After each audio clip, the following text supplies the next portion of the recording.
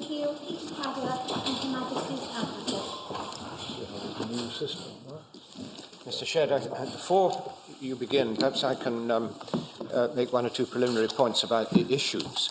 As far as issues 1 to 3 are concerned, in relation to what I might call the Saldus-McLean point, the interview point, the Lordships are satisfied with what we've been presented with on paper, and we shall grant permission on the basis that there is a devolution issue which was determined by the court below. So we don't require submissions from anybody on that point.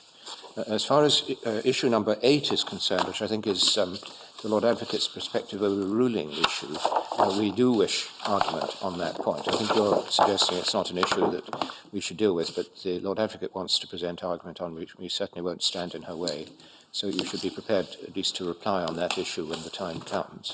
And the final point is issue number 6, which is the dock identification issue. We're quite satisfied that if that issue alone had been raised with us in the normal way as a devolution issue determined below, we would not have given permission for that to be argued standing the decision in Holland, and therefore we will not allow that point to be argued. It's been, in effect, we're refusing permission for that point to be taken. So I hope that helps parties to appreciate the issues on which we are looking for assistance, which are 4, 5, 7 and 8.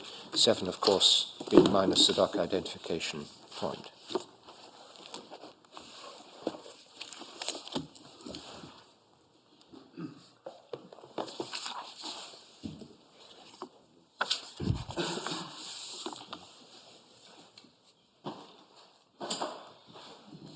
Lords, then, with those helpful indications, Lords, perhaps I can just indicate formally then that I appear for the appellant together with my learned friend Mr. Richardson and Mr. McGlennon. The Lord Advocate appears assisted by Mr. Wolfe, Mr. Collins and Mr. Balfour. Mr. Summers and Mr. Creeley appear for the Advocate General, and Mr. O'Neill and Miss Blackstock appear for the interveners. Okay. And against the background of your Lordship's indication at the outset, then the first issue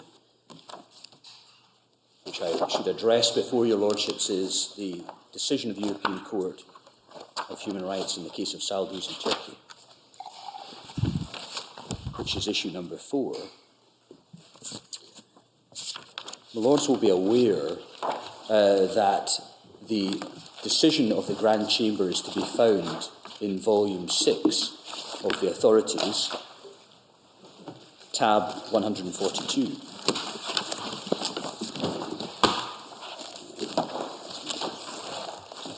Tab was 142, my Lord. I think there's some potential confusion, I'm afraid, in checking it. I think the Grand Chamber decision, Lord, is at 142. Yeah. I regret, my Lord, I think the index suggests it's 141, but I think my Lords may have seen that that's the Chamber decision that appears in the bundle at 141.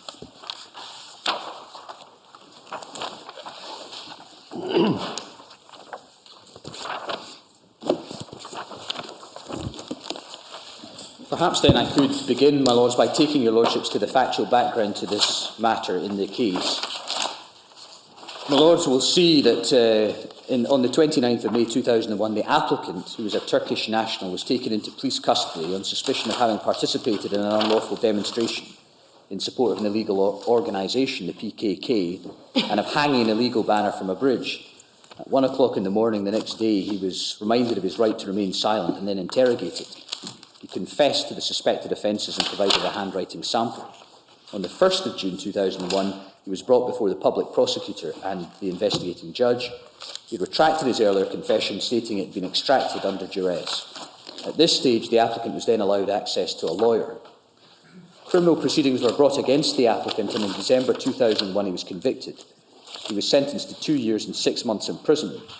He later appealed, and in March 2002, the principal public prosecutor lodged a written opinion with the Court of Cassation, submitting that the judgment of the lower court should not be upheld. The opinion was not sought upon the applicant, and in June 2002, the Court of Cassation dismissed the appeal.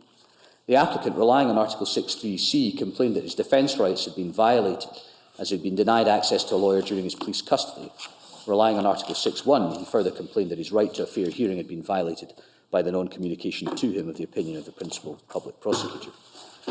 In April 2007, the Chamber of the European Court held that there had been a violation of Article 6.1 in respect of the non-communication of the opinion of the principal public prosecutor, but found that there had been no violation of Article 6.3c in respect of the lack of legal assistance during police custody.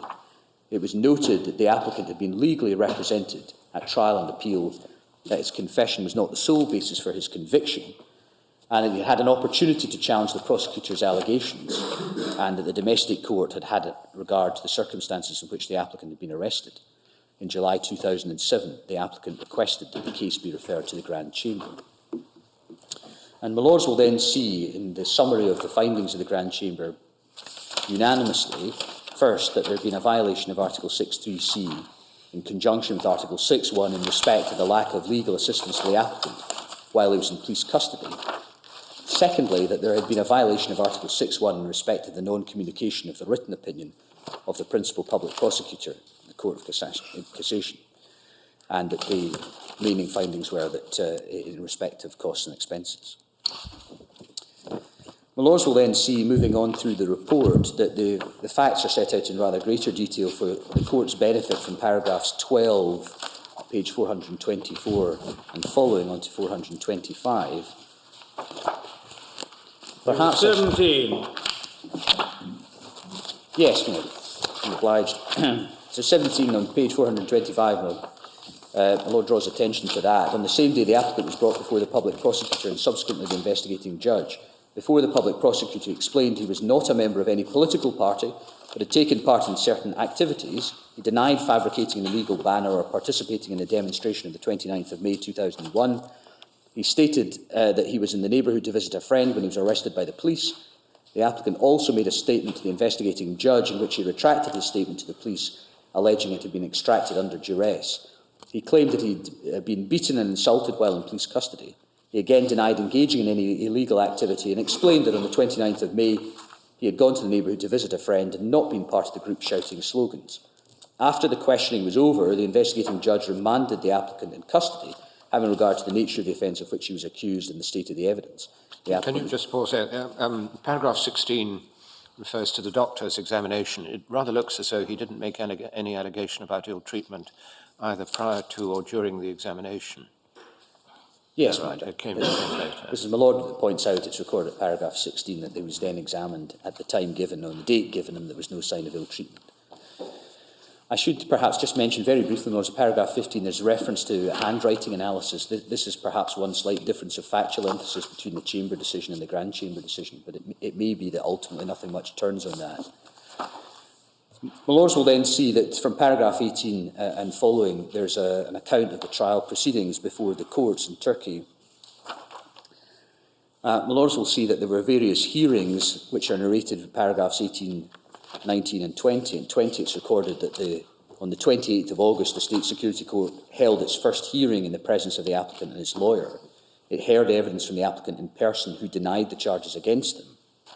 He also rejected the police statement alleging it had been extracted from him under duress. He explained that while he was in custody, police officers had ordered him to copy the words from a banner. He also stated he'd witnessed the events that had taken place on the 29th of May.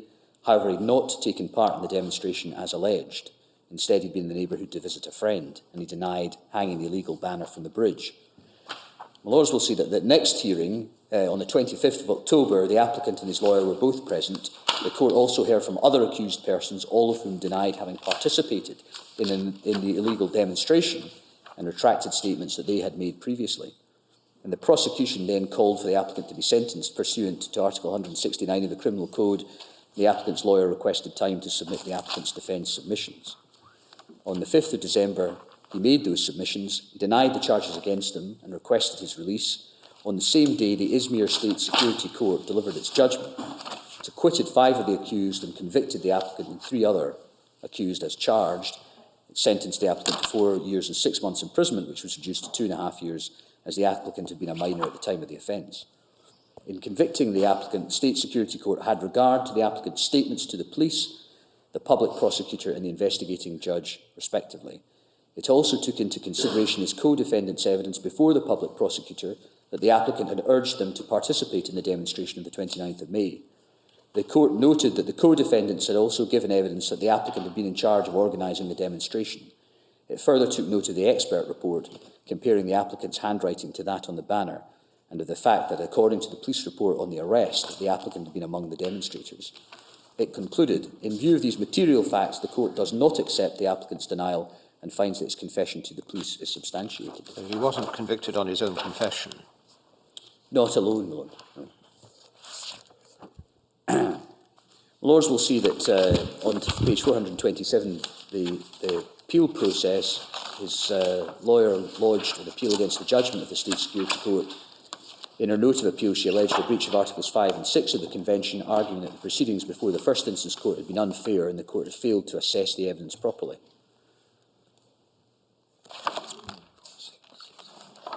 On the 20...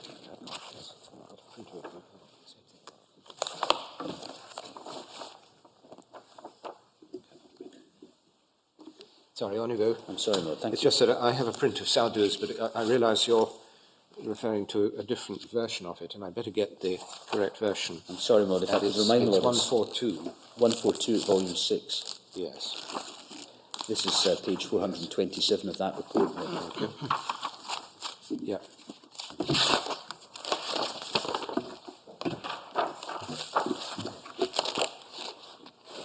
So, Lords, looking at the appeal process as it's summarised there in paragraph 24, there was an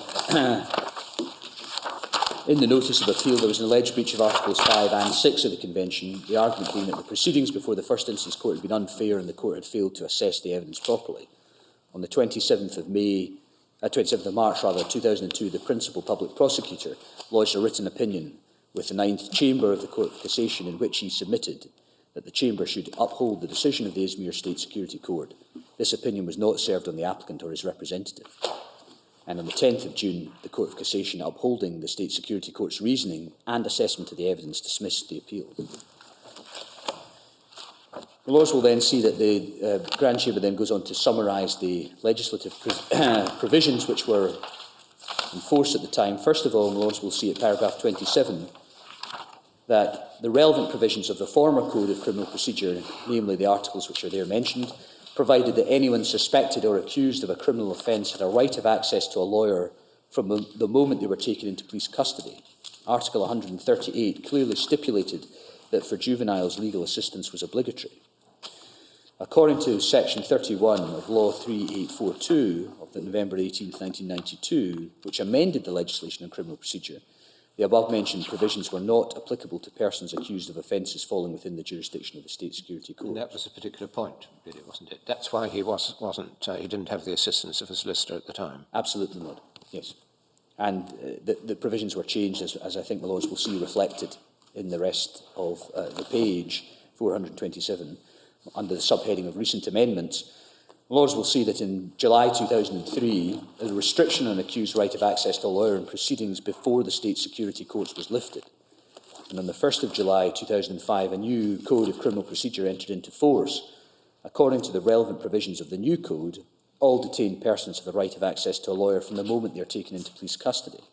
The appointment of a lawyer is obligatory if the person concerned is a minor, or if he or she is accused of an offence punishable by a maximum of at least 5 years imprisonment. And finally, Section 10 of the Prevention of Terrorism Act, as amended in June 2006, provides that for terrorist-related offences, the right of access to a lawyer may be delayed for 24 hours on the order of a public prosecutor. However, the accused cannot be interrogated during this period. My Lords will have appreciated, of course, that from the Grand Chamber decision, the Grand Chamber then considered a number of relevant international law materials in the next section of the judgment. My Lords will have seen that. First of all, including the Council of Europe and the United Nations. Can we just see what these materials are dealing with? One group was juveniles. Yes, ma'am. One was legal advice, my Lords. I think we'll see that reflected at page 430 of this print, under subheading 2, right of access to a lawyer during police custody. I think that was the second grouping.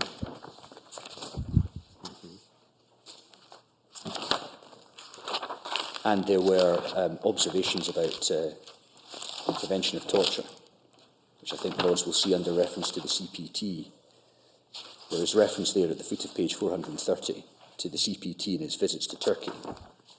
What were the standard minimum rules for the treatment of prisoners dealing with? What article were they addressed to?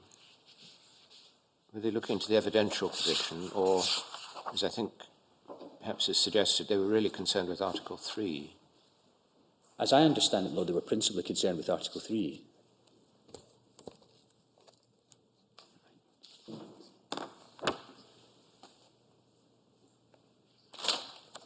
Because one of the themes of the decision, of course, as my Lords will know, is the record, broadly speaking, the record of the Turkish state in the treatment of prisoners, which is dealt with and discussed, as my Lords will see in these reports, which are set out 430, 431, 432. There was no allegation of breach of Article 3 as such, was there? No, I don't see that. I'm just... No, my Lord, the domestic appeal was a complaint based on Articles 5 and 6 of the Convention. That's the Turkish appeal. And as far as my Lords will see, the argument before the court was founded upon Article 6.3 and 6.1. And my Lords will see that having the background, the reports of the CPT set out at 431 and 432, there's then reference after that section in the judgment, at the foot of 432, paragraph 41, to the International Covenant of Civil and Political Rights. And sorry, I'm moving more slowly than you. I'm looking at paragraph 39. I'm sorry, because that clearly is Article 3 directed yes, absolutely. recommendations, CPT report. And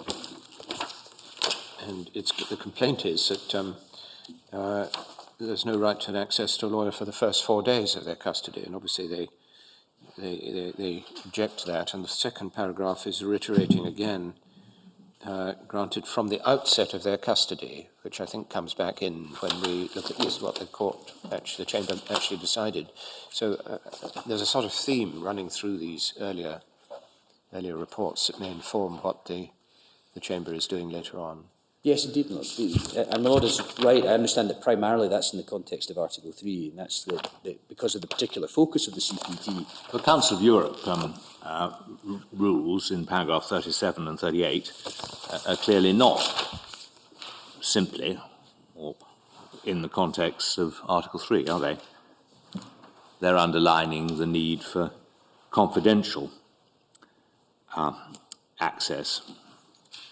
Yes, I would accept that immediately, my Lord. I think my Lord is drawing attention to Rule 93, which does refer, as I understand it in that quotation, the last sentence, to the point my Lord has just alluded to. Yes. And they are not concerned simply with ill treatment in that sense.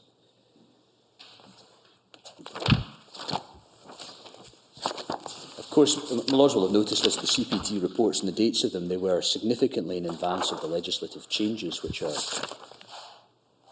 Turkish legislative changes, which are set out in the earlier paragraphs. So they're obviously rather reluctant to be drawn along this route. You see it shortened from 4 days to 2, and then they're told that's still not good enough. Yes, absolutely.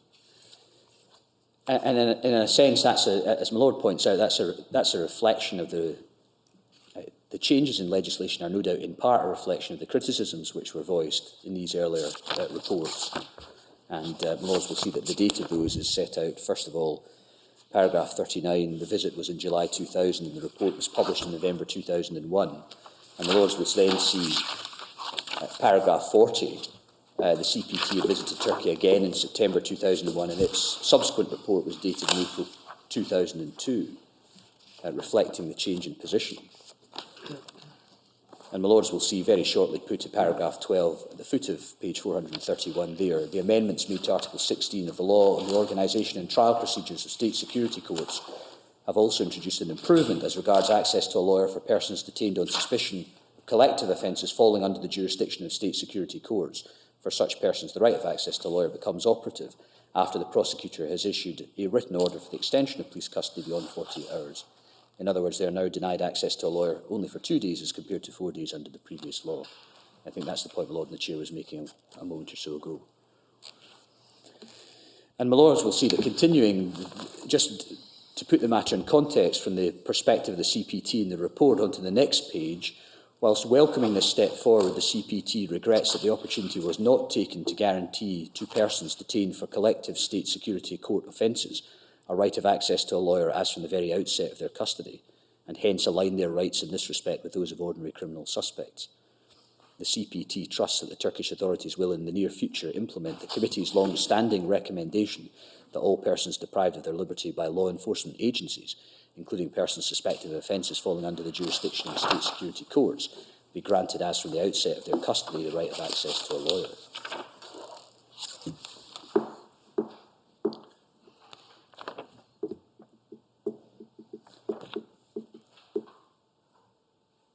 Yes. And then, my Lords, will see that, as I've indicated, there's reference to the United Nations and the International Covenant on Civil and Political Rights at paragraph 41, and my Lords will see it's simply recorded there. Article 14.3b provides, inter alia, that everyone charged with a criminal offence is to be entitled to have adequate time and facilities for the preparation of his defence and to communicate with counsel of his own choosing.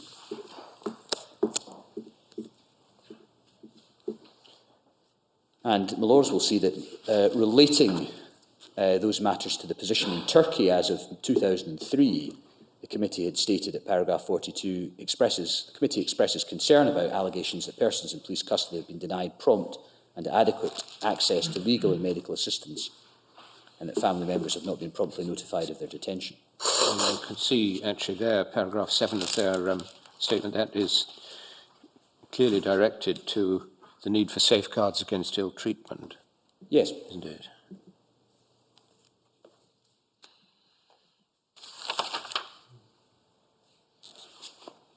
And my Lords will see, to bring the matter further forward in time, at paragraph 43, there's reference to general comment number 2 as it's described at the 24th of January 2008. The committee stated that certain basic guarantees apply to all persons deprived of liberty. Some of these specified in the Convention. The committee consistently calls upon the state parties to use them. The committee's recommendations concerning effective measures aim to clarify the current baseline and are not exhaustive.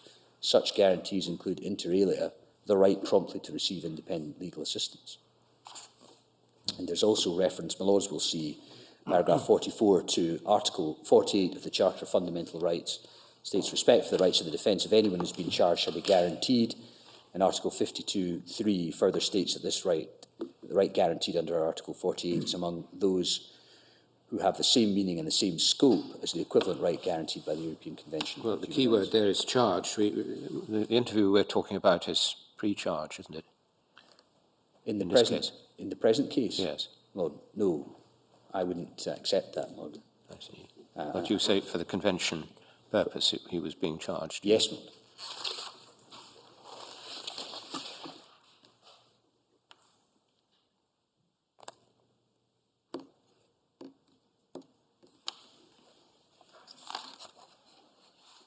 Now, my Lords will see that that takes my Lords to look at the operative part of the judgment, first under the alleged violation of Article 6 of the Convention, and the first Can I just, I'm sorry, but yes. Has this body, the CPT, visited Scotland and reported?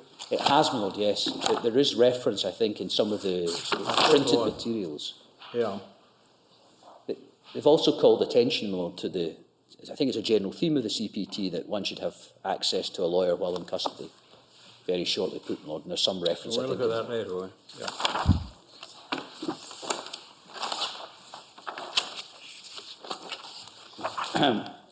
Lord, I can come to that, but I'm being helpfully reminded that there's reference to this material in paragraph 5.4 of the intervener's printed case. 5.4 of who? The intervener's printed case, my Lord. Yep.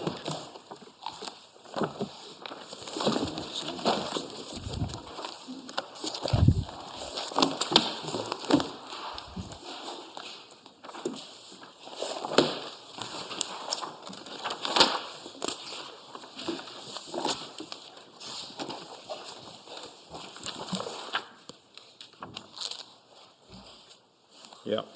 Perhaps, since my Lord has raised it, I could just draw attention to the helpful way this has been summarised in the intervener's printed case. My Lords will see that it's recorded at 5.4. The committee has made several visits to the United Kingdom In its most recent report to the United Kingdom Government, it observes that in England, Wales and Northern Ireland, the safeguards are applied on the whole in a satisfactory manner, though there have been historical problems with access in Northern Ireland as a result of the counter-terrorism legislation. And more recently in England and Wales, under the Anti-Terrorism, Crime and Security Act of 2001, with respect to the ability to delay access, to which the committee has recommended that the UK amend its legislation. And at 5.5, however, in 1994 and 2003, the committee visited Scotland. In its 1994 report, the CPT noted that the delegation was told that, in the absence of an express legal provision to that effect, it was not usual for persons detained under Section 2 of the Criminal Justice Act to be permitted to speak with a lawyer. If I just pause there to remind my lords that Section 2 of the Act now finds its expression in Section 14 of the Criminal Procedure Scotland Act of 1995. As regards the right of arrested persons to have a private interview with a lawyer before their first court appearance, it appeared that normally this right could be exercised once the person concerned had been charged with an offence. However, there was no legal obligation to permit such an interview until such time as the person was due to be taken to court. They recommended that all persons taken into police custody be entitled to have access to a lawyer from the very outset of their custody, and the right of the person concerned to have the lawyer present during interrogation. In its 2003 report, it noted that legislation still did not allow for contact and visitation with a lawyer or the presence of a lawyer in an interview, and reiterated that this was essential to prevent ill treatment, as explained in the general reports. In the government's response, it was asserted that where a person has been detained as a suspect rather than arrested, they are also permitted access to a solicitor unless there are justifiable reasons to deny access. These circumstances would routinely attract independent scrutiny and be recorded. And further, the Scottish Executive accepts in principle that if a detained person requests access to a lawyer or vice versa, this should be allowed unless there is good reason to deny access.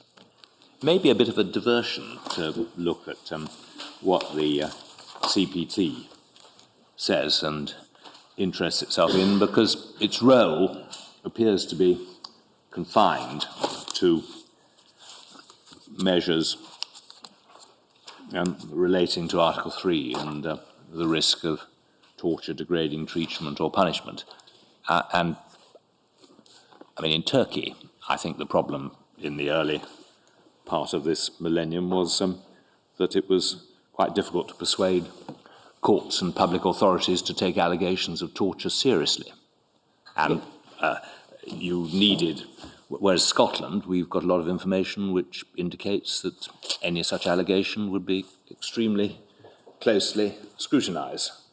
So it may be that you've really got to look at a wider principle, haven't you, or a different principle, one which relates to the principle that people shouldn't incriminate themselves. Absolutely, Lord. I'm grateful to your Lordship for putting the matter that way, because the appellant's case, Lord, does not seek to rest on any theme developed from the background of Article 3 and the situation in Turkey. It is, of course, the appellant's position, Lord, that what is primarily at issue here is the right to silence, and it's whether that is being adequately safeguarded in the current circumstances, broadly speaking, Lord, that in my submission is the critical matter. There is a question of timing, though, isn't there? Because I think the CPT recommendations are tied to the moment of arrest. Now, of course, detention in our terms would be the same as arrest for their purposes, I think. But they're not going, I think, at the moment, to anything that might precede arrest. And self-incrimination from time to time happens because of things said when the police approach somebody before arrest, before detention is actually resorted to. Well, Lord, I understand that for what assistance it may give your Lordships, the CPT approach appears to be to link their recommendations to the time when one is taken into custody. Mm-hmm. So to that extent, Lord, I wouldn't understand the CPT from their perspective draw any distinction between the technicalities of arrest and detention in that sense. Yeah, that must be right. I think the idea is you're in the hands of the police then, and certainly for Article 3 purposes, the idea is you're vulnerable to ill treatment. But I was really picking up Lord Menzies' point that one is looking at the Article 6, the evidential point about self-incrimination. And I was simply making the point that, that one knows that from time to time the police say things have been said before the moment of detention.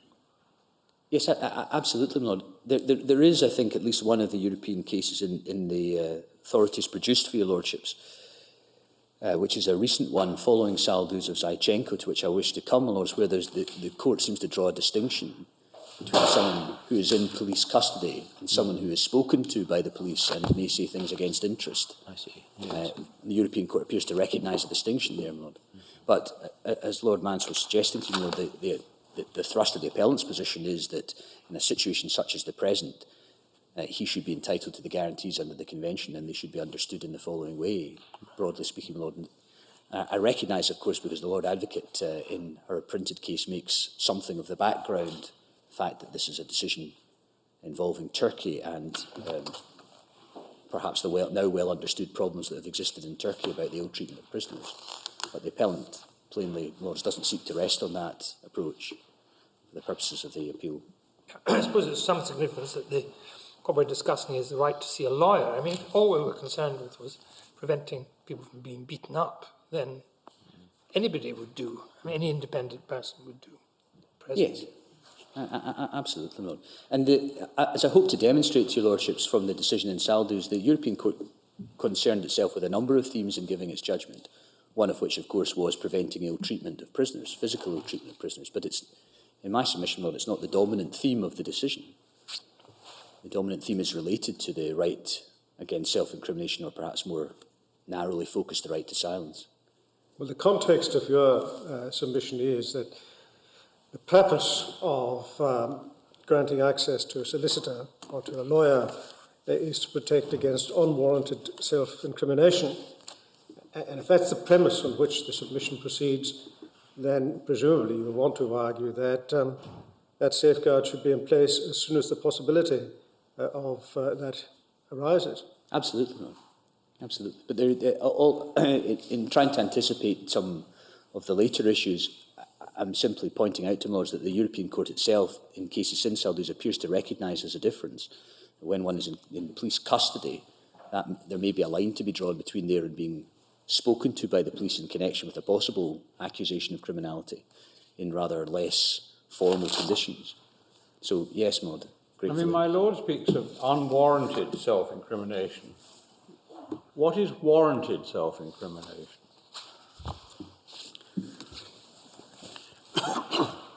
Lord, I'm not made in the presence of your solicitor, isn't it?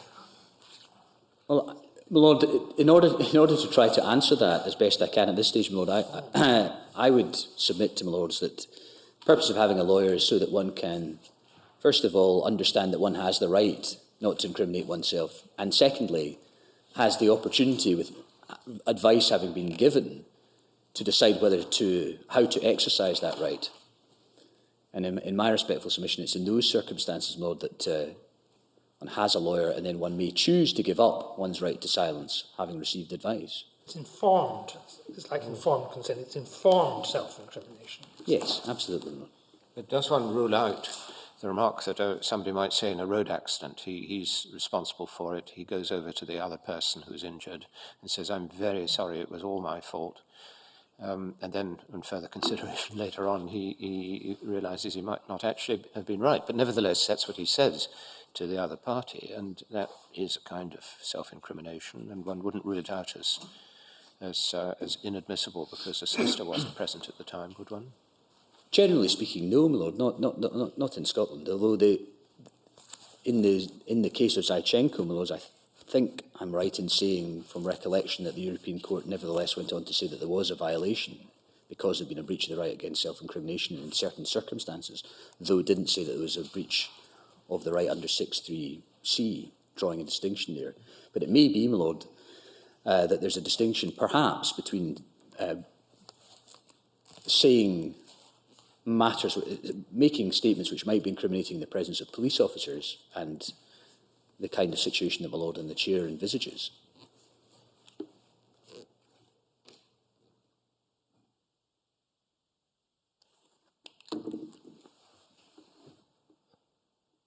I think, at least historically, my Lord, in the example that my Lord raises for consideration, absent some obvious unfairness, then generally speaking what is said in that example would be treated as admissible by the court in Scotland.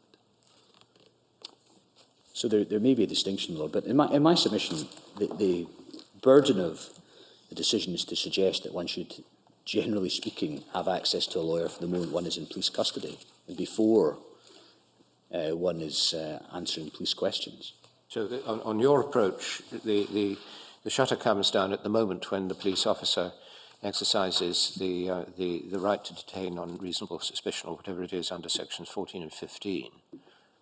Is that right? And yes, from then on, there can be anything that he happens to say in the police car while he's on his way to the police station is not admissible because he's in the hands of the police at that time. And even if he blurts something out, that's not, you say, admissible.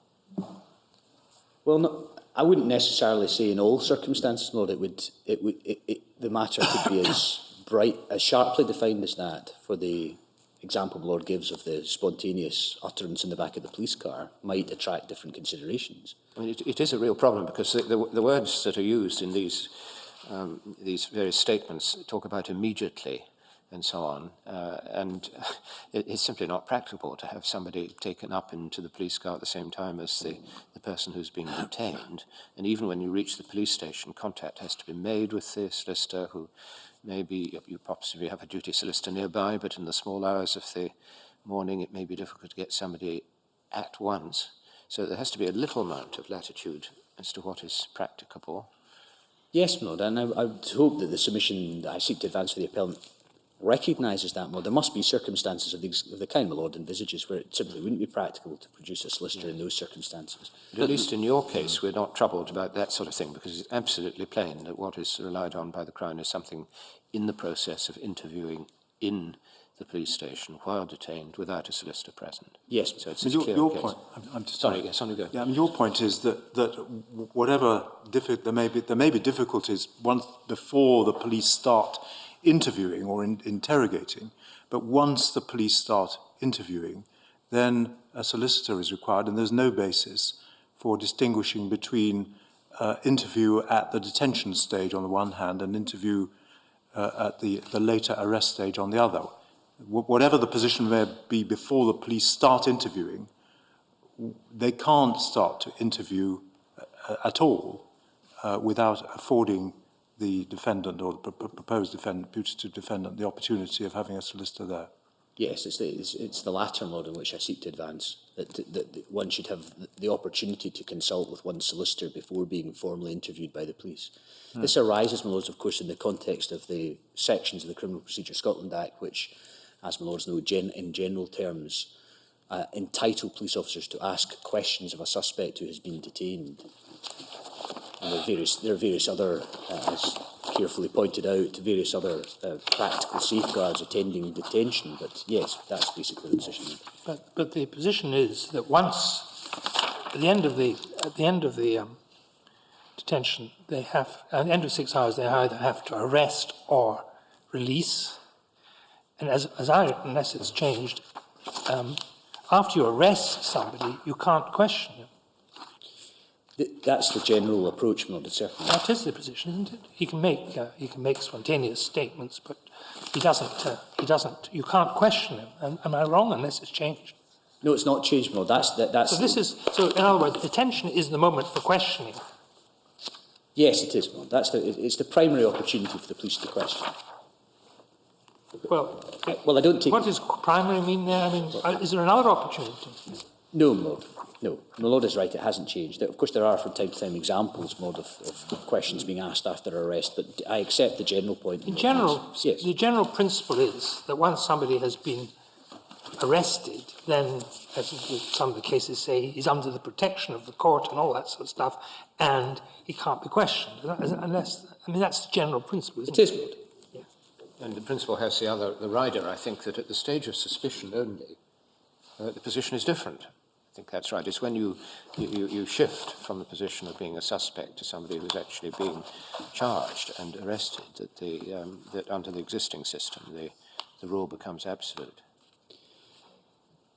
I think, my Lord, and the Chair and my Lord Roger in particular will call to mind that there was quite a lot of development of common law since the decision in the case of Chalmers in the 1950s until the present regime was introduced in the 1980 Act.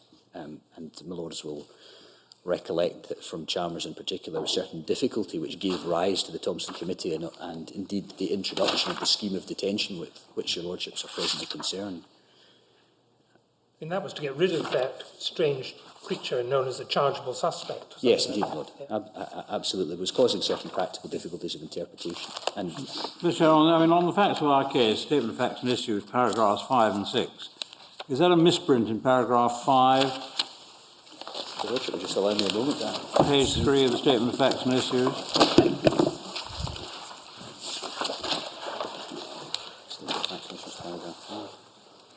I mean, he was interviewed. I would have thought the interview stops, doesn't it? Look at paragraph 6 at 15:30, when he's informed he's no longer a detained person, placed under arrest.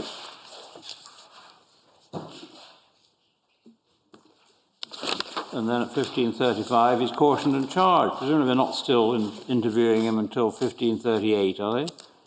Shouldn't that be 15:30? I mean, if you... I thought the last sentence of paragraph 8 confirms what Lord Brown is saying. As if you do the arithmetic, it seems absolutely, no, absolutely right, absolutely right. And if you're going to go into the minutes, it's quite helpful to get them accurate. yes, of course, my Lord. Perhaps I could just come back to that, Lord. I'm looking at the arithmetic of it, but the basic sequence, as I understand it, is accurate, my Lords, but I recognise the point Lord makes about the timing. I need to clarify that if I could. Yes, I mean, it's slightly inaccurate because, I mean, presumably that's the entire time he was there from 15, but by 15, presumably for 15:38 would be when everything came to an end after being cautioned and charged, I would imagine. Yes, indeed, Lord. That's my understanding of the position, and the reason that the timing, at least the reason I had understood, I hope correctly, that the timing is accurate is because, of course, it's by reference to the tape recording. Yes. 1541 he's told that he can have a solicitor. And so the tape recording stops at the point when all the formalities that flow from it have been finished. He's got to the point of being charged. And yes. So you've actually got the advantage of the final stage at which he moves from one category to another. Yes. Which is presumably the interview under caution ends when he is told he's no longer detained on Section 14 and arrested. Or is that wrong? Yeah. The position, Lord, as I understand it, basically is that, as is recorded at paragraph 6, at 15:35 is cautioned and charged and made no reply to the charges. And, Lord, I'd have to check this, but it's not uncommon for the tape to run on just a little, and that's why in paragraph 5 it's recorded that this section of the process ends at 15:38. Because that's not... I see. I mean, if by being interviewed you mean that's how long the tape's running, well then of course I can understand, but it's rather a different proposition. I'm sorry, no, it's been taken... What happens in Scotland, Lord, is a transcript of the interview is normally prepared for use at the trial. And the transcript, as a matter of style, at the front page includes the timings, and they are given, Lords, as between 1503 and 1538, and that's where those particular figures come from at paragraph 5. And we can see it at volume, the second volume, tab 8, the transcript, and it's pages 29, 30 and 31 show exactly what happened between 30 minutes past the hour and 38 minutes past the hour. Yes, I'm most obliged. Lord. And the first page of tab 8 shows, I think, what I was seeking to describe in words a moment or so ago, where it just has details, my Lords may see, of the interview commencing, the start time at 15:03 and the finish time at 15:38. And then the transcript is designed to, of course, to reflect what is recorded on the audio tape. Well, I think we've reached in Saldo's paragraph 45. Is there anything else you'd like to say by way of preliminary before we look at what the court then says? Or the Grand Chamber, I should. Yes, of course, my Lord, if I could return to that. My Lords, the complaint from paragraph 45 in Saldo's the Grand Chamber decision, of course, is about the right of access to a lawyer during police custody. The Lords will see that Article 6.3c, on which the applicant then relied, is set out. on the text of 3C is at 434 for my Lord's benefit, to defend himself in person or through legal assistance of his own choosing, or if he's not sufficient means to pay for legal assistance, to be given it free when the interests of justice so require. My Lords will then see there's reference to the Chamber judgment in April 2007. The Chamber had concluded that there had been no violation of Article 6.3c. In that connection, it pointed out that the applicant had been represented during the trial and appeal proceedings by a lawyer, and that the applicant's statement to the police was not the sole basis for his conviction. According to the Chamber, the applicant had the opportunity of challenging the prosecution's allegations under conditions which did not place him at a substantial disadvantage vis-à-vis his opponent. The Chamber also noted that in convicting the applicant, the Izmir State Security Court had regard to the circumstances in which the applicant was arrested, the expert report concerning the handwriting on the banner, and witness statements. In view of the above, it concluded that the fairness of the applicant's trial had not been prejudiced by the lack of legal assistance during his police custody. My Lords, just pausing for a moment to remind my Lords that the only difference of any particular importance between the Chamber decision and the Grand Chamber decision on the facts was a possible approach to the handwriting on the banner, which I think my Lords may see a little further on in the judgment as to the disposal of the particular case at hand. My Lords will see that the party submissions are then summarised, and the applicant had contested the grounds on which the Chamber had found that there had been no violation of Article 6.3c of the Convention. He stated that the assistance of a lawyer in police custody was a fundamental right. He reminded the court that all the evidence which had been used against him had been collected at the preliminary investigation stage, during which he had been denied the assistance of a lawyer. At this point, the applicant also argued that although the domestic court had convicted him, there had been no evidence to prove he was guilty.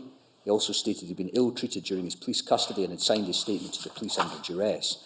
That statement had been used by the Izmir State Security Court, although before the public prosecutor, the investigating judge, and at the trial, he had clearly retracted it.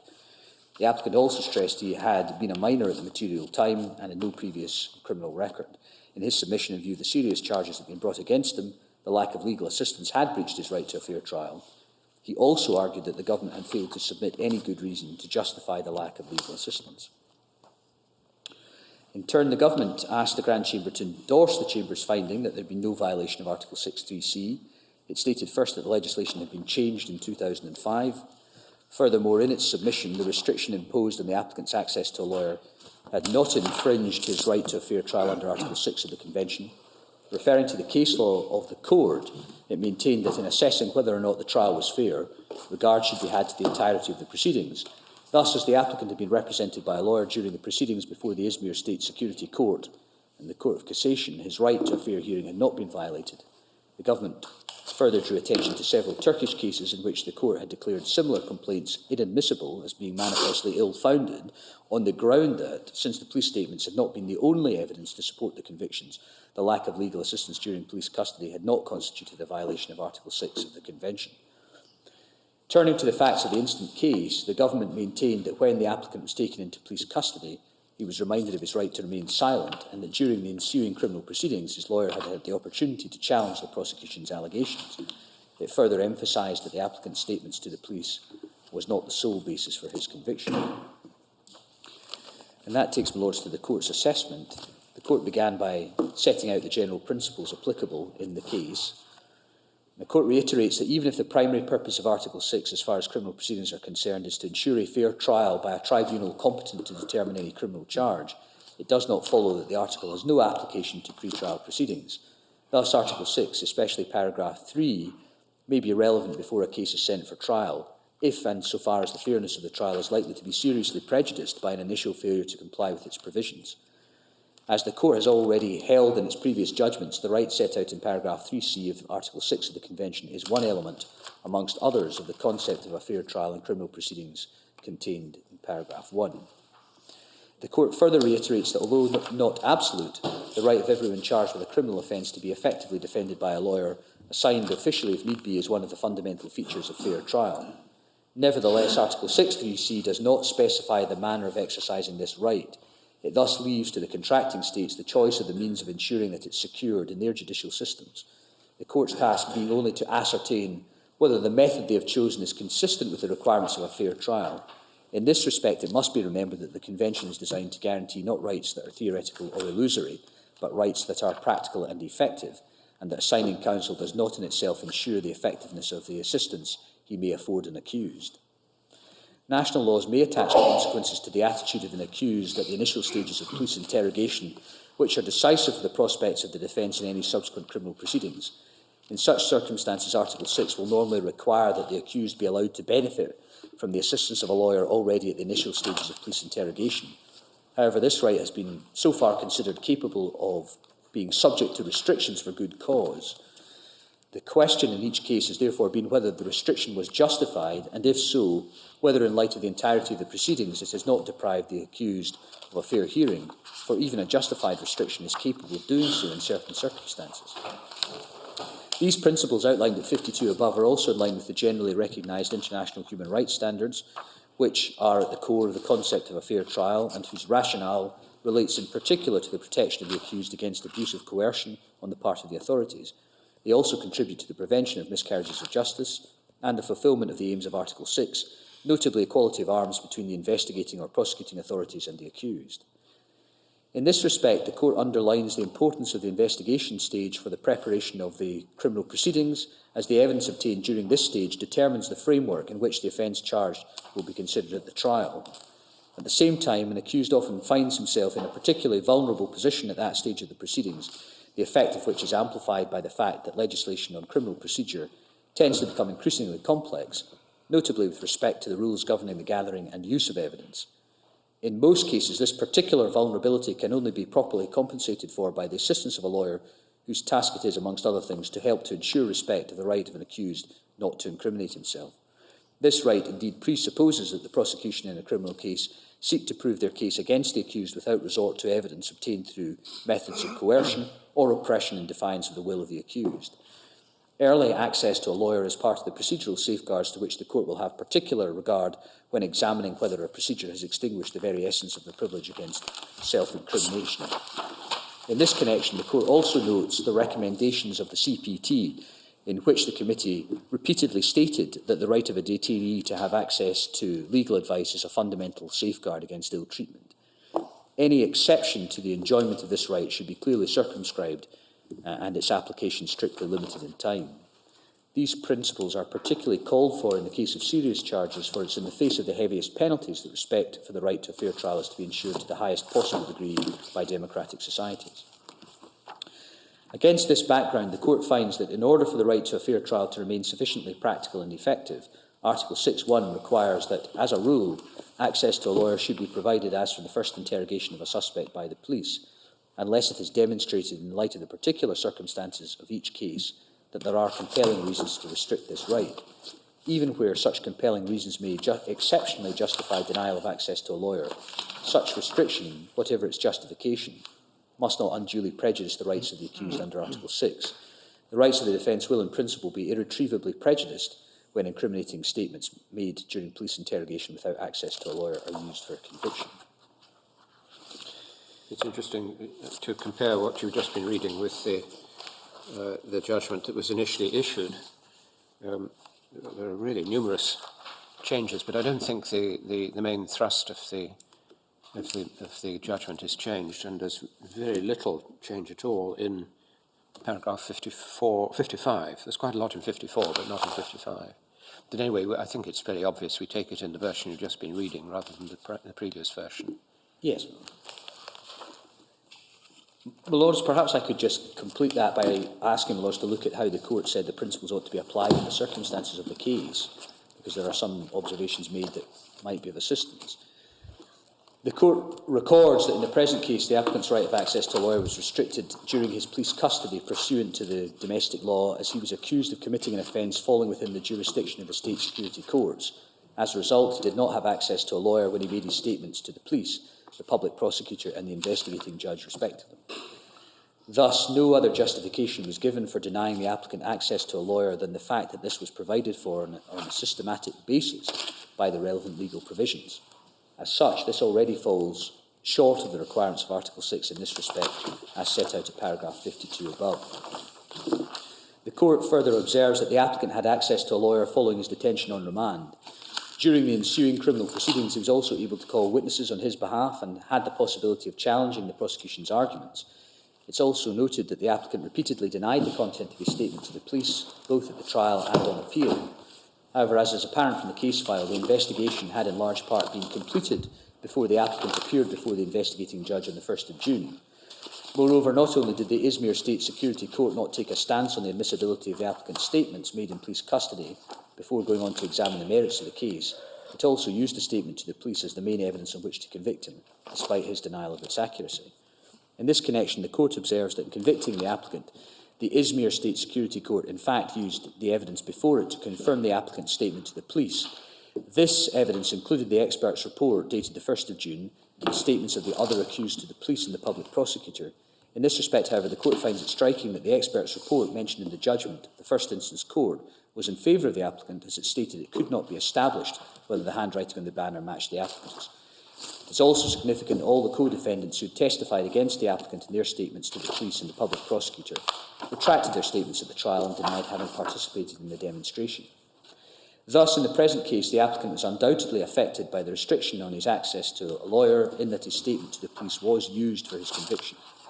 Neither the assistance provided subsequently by a lawyer nor the adversarial nature of the ensuing proceedings could cure the defects which had occurred during police custody. However, it's not for the court to speculate on the impact which the applicant's access to a lawyer during police custody would have had on the ensuing proceedings.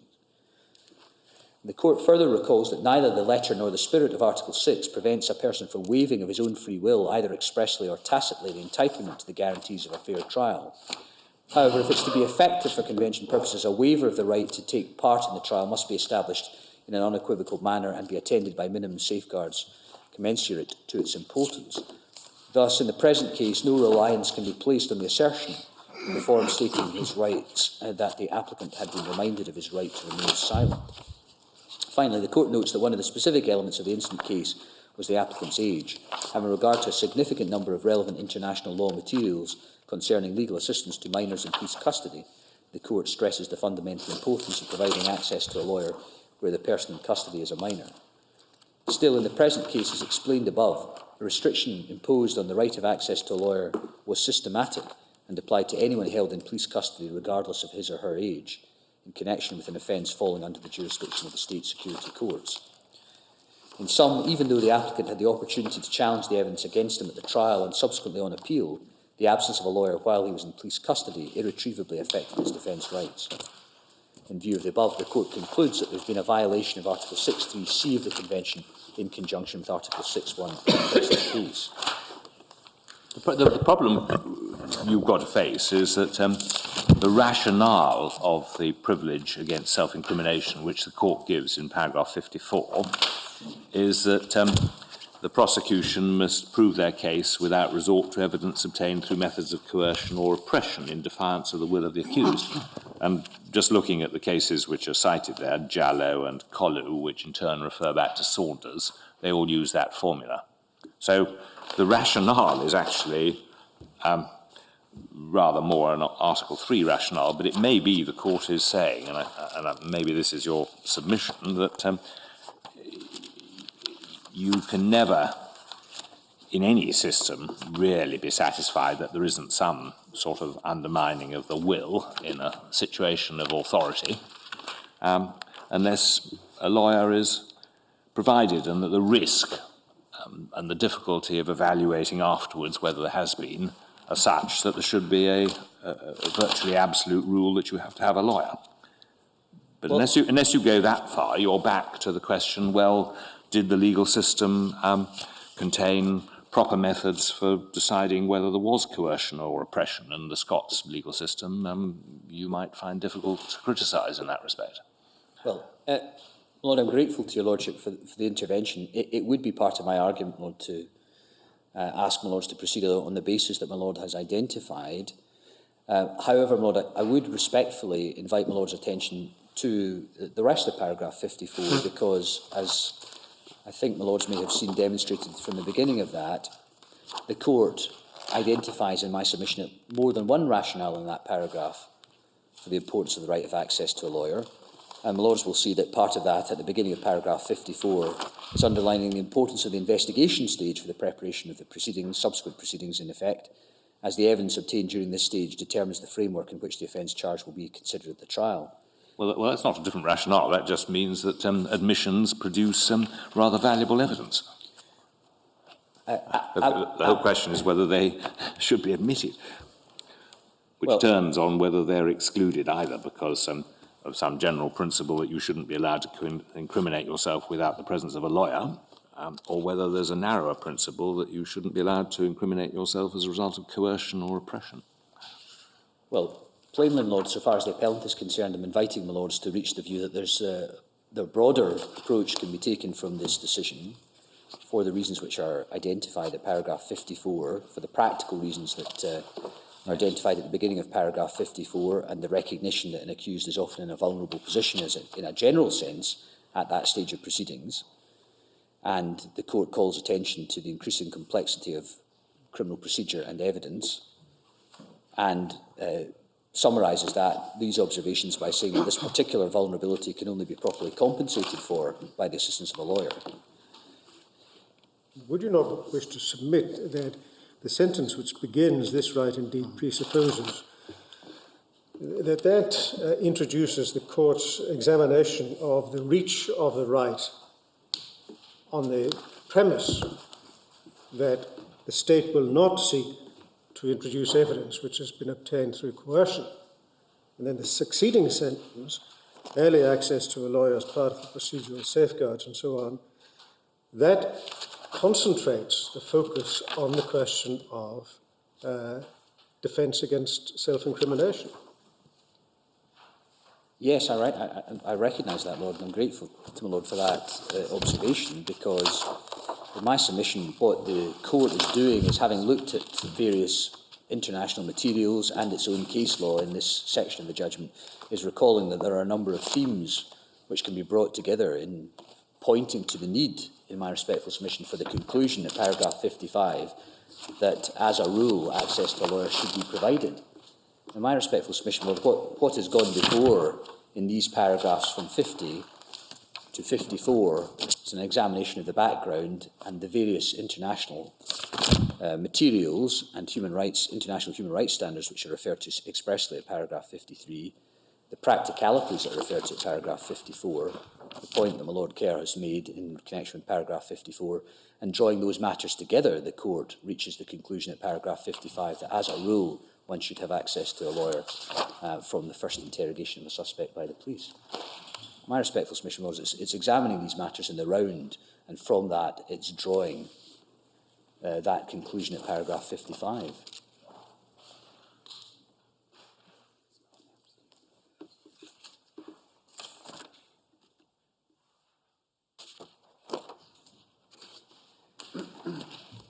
And my Lords will see, of course, there is a qualification in paragraph 55 in the first sentence. Against this background, the court finds, in order for the right to fair trial to remain sufficiently practical and effective, Article 6.1 requires that, as a rule, access to a lawyer should be provided. So, in my submission, Lords, there is a recognition that that's the rule, but there may be, no doubt it recognises, Lord, that from time to time there may be some departure from that rule. But I think, taking the earlier reference to systematic refusal and so on, if one's dealing with a system, which we plainly are in this case, maybe you would say it's caught by these observations, because we're not dealing with, as it were, a departure in given particular exceptional circumstances from the rule.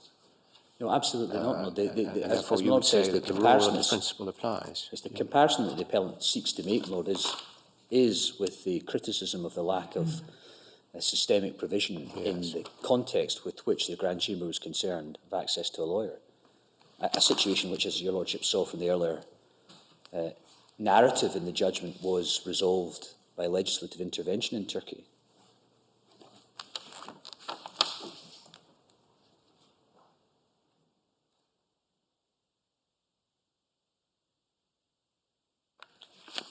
Yes. Lord, just to develop, I think the point Lord and the Chair made just a little further, paragraph 56, which I read to your Lordships, there is reference there at the end of paragraph 56 to that point. where the court said, thus no other justification was given for denying the applicant access to a lawyer than the fact that this was provided for on a systematic basis by the relevant legal provisions. As such, this already falls short of the requirements of Article 6 in this respect, as set out at paragraph 52 above. And so obviously that's a conscious signpost, as it were, to the court to look at paragraph 52 again, and my Lords will see that that provides, in my submission, helpful guidance as to the approach that ought to be followed, because paragraph 52 was concerned with the question identified in the latter part of that paragraph, my Lords, to this effect: the question in each case has therefore been whether the restriction was justified, and if so, whether in light of the entirety of the proceedings it has not deprived the accused of a fair hearing, for even a justified restriction is capable of doing so in certain circumstances. Now, when the Lords read that observation, paragraph 52, against the observation at the end of paragraph 56, in my respectful submission, what the court had in mind in particular there was the systemic deprivation of the right of access to a lawyer. And if that is correct, then, Lord, in my respectful submission, as the court says, the first question is whether the restriction was justified. And my respectful submission to my Lords would be, in a case such as the present, by parity of reasoning with Saldus, the decision in Saldus, there was no justification. I suppose you would say, wouldn't you, that reading the paragraphs 50 to 55 as a whole, it's quite clear that the court roundly rejected the government's submission that in assessing whether the trial was fair, regard should be had to the entirety of the proceedings, which is the very submission that is being made on the other side. Yes, in this case. Indeed not, absolutely. And I would respectfully submit that that argument has been roundly rejected for the reason my Lord identifies. That's quite a shift from previous jurisprudence, though, isn't it? Well, there's plainly a difference of emphasis in the printed cases before your Lordships about whether, to what extent that's a shift, Lord. But for my part, Lord, if it's of any assistance to my Lords, I would recognise it's a development. I would say it's a natural development of what's gone before, for reasons I might try to elaborate a little further in due course. But in any event, Lords, I think candidly, my Lords, I would be unlikely to be here addressing your Lordships if it wasn't recognised that there had been a development of some description as a result of this decision. But, of course, what the court does in these paragraphs, as my Lords will be well aware, is draw in part on its previous case law and sets out some of the familiar observations that's been made in the past in some of these particular cases.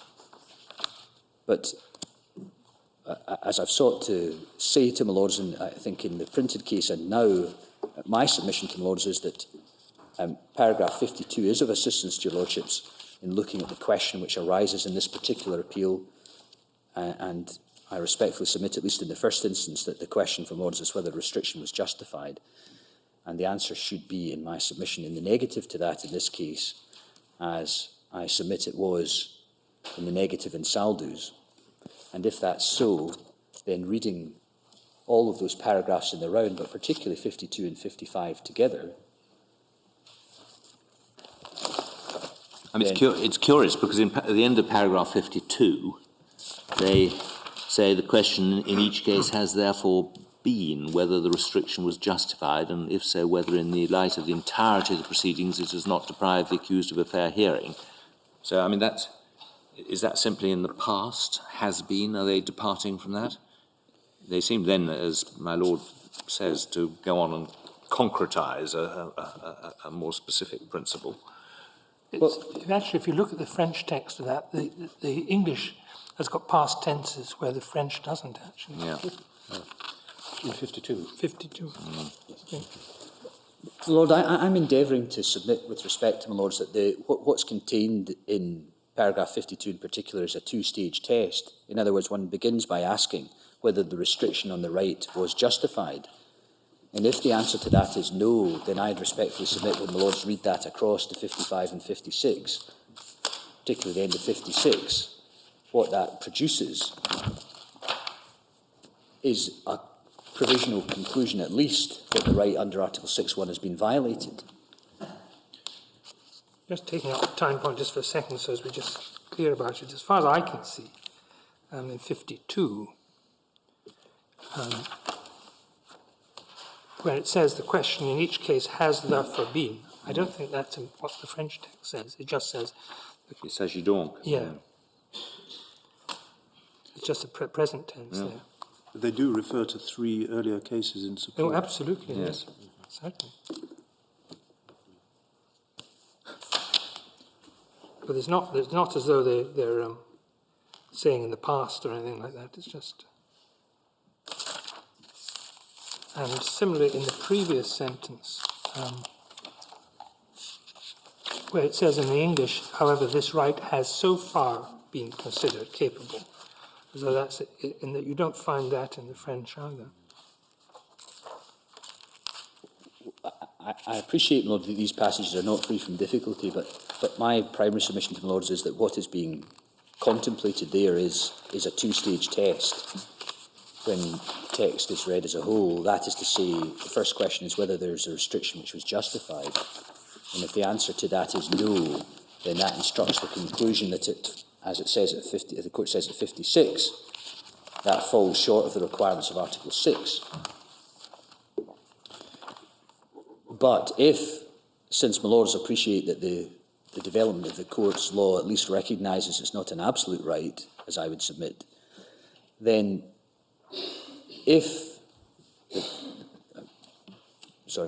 then the question would be if the restriction was not justified, then that instructs the conclusion there's been a violation. If the restriction was justified, then my Lords look at the entirety of the proceedings to see whether in the round the trial was rendered unfair or not. It's interesting that the word "so far" didn't appear in the original text. Yes. Do we know which is the original text?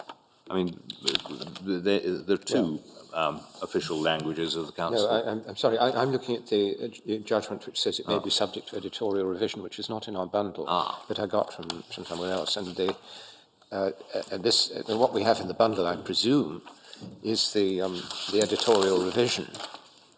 And as I said, there's really quite a lot of revision going in, most of which doesn't seem material, but it is interesting that so far it was put in by somebody.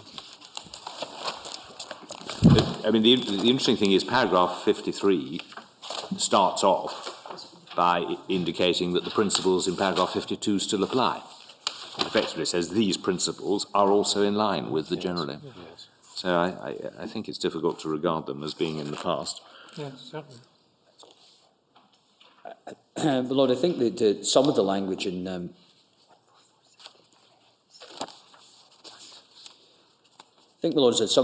paragraph 52 plainly draws on earlier decisions of the European Court in this sphere. And the Lords will be aware that there's reference, amongst others, in the footnotes to the case of Murray against the United Kingdom. And the Lords, that's referred to at footnote 20 at the end of paragraph 52, under reference to saying the question in each case has therefore been whether the restriction was justified, and if so, whether in light of the entirety of the proceedings it has not deprived the accused of a fair hearing, for even a justified restriction is capable of doing so in certain circumstances. I find it quite difficult because in 52 that's the way they put it, but at the end of 58 they say it is not for the court to speculate on the impact which the applicant's access to a lawyer during police custody would have had on the ensuing proceedings. I mean, how does one marry these up? Well, Lord, as I say, Lord, I'm seeking to submit that what one takes, first of all, from 52 is that one asks oneself the question whether the restriction was justified. Oh, I understand that. And if the answer is it wasn't, Lord, then putting that together with the other principles in my submission, one should reach the conclusion that there's been a breach of Article 6.1. On the other hand, Lord, cases, as I would understand it, such as Murray, the earlier case, is a situation in which, on the face of it, very crudely put, there was an opportunity to be represented by a lawyer which was capable of being restricted in certain circumstances as prescribed. And therefore, if in a case such as that, there was a justification put forward for the restriction on the right of access, which justification was found by the European Court to be acceptable, then the court would look at the circumstances in the round to decide whether there overall there had been the deprivation of the right to a fair trial. And that's how I would ask my Lords to look at the matter in the first instance. But the premise on which that submission is made is that there must be justification. Is that right? Yes, my Lord. The point that troubles me is, let us suppose that it isn't possible to articulate a justification, and therefore there is a technical violation of Article 6.3c. Does it inevitably follow that a conviction obtained in those circumstances must be quashed as being the product of a non-fair trial? Or is it possible, notwithstanding the lack of technical justification, to examine the proceedings in their entirety to see whether the accused has received a fair trial? The answer to my Lord's question, as I would submit, my Lord, from Saldus, lies perhaps somewhere in the middle. My Lord, the Grand Chamber appears to concern itself with whether the statement is being used as part of the evidential framework for conviction. If the answer to that question, Lord, is in the affirmative, then the conviction has been obtained in violation of Article 6.1. What I would be venturing to submit with respect to my Lords is looking back, as it were, to a case such as Murray, that the case of Murray suggests, my Lord, that there is a circumstance in which the right of access could be restricted for good reason. If it were, then picking up what is said in paragraph 52, which in itself is derived in part from Murray, then one is looking at the circumstances in the round to see whether there's a violation. So it's a different approach. But the qualification to my Lord's question in the case contemplated by Saldus in my submission is to say that instructs a violation, but one looks to see whether the evidence was used as part of the basis for conviction, and if so, then there's a breach of the right to a fair trial. And therefore, nothing. I mean, it's just that, is it? Because, I mean, they don't say, because that's at the end, say at the end of 58, they don't say that he shouldn't have been convicted. No, I accept that, my Lord, but it's really... my Lords will appreciate that a theme of the government's argument was, I think, drawing from another stream of the European jurisprudence, that the evidence wasn't the sole basis for conviction. And that argument has been rejected in my submission by the Grand Chamber, Lord. That's potentially significant. I appreciate that, not least that this court has very recently looked at the whole issue of sole or decisive from that stream of European decision-making, and it's not, therefore, in my submission, surprising that the government should seek to articulate that argument in defence of the notion that the right under Article 6.1 has been violated. But that argument was rejected, Lord. In my submission, what the European Court was asking itself was whether the impugned evidence was being used as part of the basis for conviction. And if the answer was yes, then there was a violation. Well, it looks as if Judge Ratzer had his doubts as to what was the true interpretation of the majority opinion, because in his short concurring opinion at page 442, he, 2/3 or 3/5 of the way down that paragraph, it would be regrettable if the impression were to be left by the judgment. And then the first part deals with the question as to when the point arises, is it interrogation or earlier, but then the phrase, or that Article 6 was engaged only when whether denial of justice affected the fact, etc. I mean, he looks as if he rather thinks that may be what the main judgment is saying. I recognise the force of that, Lord. I think it's fair to say that there's at least one authority produced after this decision in which this theme has been arguably developed a little further by the European Court, at least the Chamber, along these lines, Lord, and I was going to come to that if I could. Is there something special about Article 6.3c? Because there are actually the other four headings. And I think taking D, for example, I don't know whether you've got the text in front of you, but D is to examine or have examined witnesses against him and obtain the attendance and examination of witnesses on his behalf on the same condition as witnesses against him. Now, I can't put my finger on it, but that's the kind of provision which I think in the past the court has said should be looked at in the context of the trial as a whole, because there may be circumstances in which that just isn't possible, and one has to have some latitude in the way the rule is applied. Well, I think I would be first to try to recognise that, Lord, in the European cases, that that's the general approach. But on the primary submission I'm seeking to advance to the Lords, to that extent I'm recognising, I hope, that Saldu's, the Grand Chamber decision, represents a development. Because here the court in my submission are focusing very much on the fact that this is systemic deprivation, and having regard to the importance of the right of access, albeit it's not an absolute right, it's one that in the conditions that the court seeks to articulate can give rise to a violation without adopting the more common historic approach of looking at the proceedings in the round. I think my Lord and the Chair drew attention earlier to the fact that the Chamber decision very much followed that model, which was one which was very familiar to your Lordships in previous decision-making. Can you help us as to the content of the right of access to a lawyer? Because I see in the materials which the interveners put before us that those European countries which appear to be at fault, or arguably at fault, have been changing their law, but some of them have not changed it so as to say that you have a right to have a lawyer present during the interrogation, that they seem to be looking at the right, in a typical case, to up to 30 minutes private conversation with a lawyer before the interrogation begins, but no right to be present. If your answer is I'm going to come to that, we'll come to it in due course. But perhaps I'm able, Lord, but to try to assist me, Lord, my position, Lord, is that the focus of this decision and the principle to be extracted therefrom is that one has the right of access to one's lawyer, in other words, a private consultation before interview. Not every circumstance in my submission would require the lawyer to be present during the interview. But I think my Lord is quite right. The intervener's materials do suggest that, and I think in particular I'm right in saying that the Dutch courts, my Lord, have taken the view that the proper interpretation results in access to a lawyer by way of consultation rather than presence at the interview. I'm being helpfully reminded, Lord, there's a qualification in Holland to that, and that is if you're a juvenile. yes, well, again, the intervener's materials show that that distinction is quite often drawn. So, thank you. But you say that the right of access to legal advice is not only a fundamental safeguard against ill treatment, but it's a fundamental safeguard against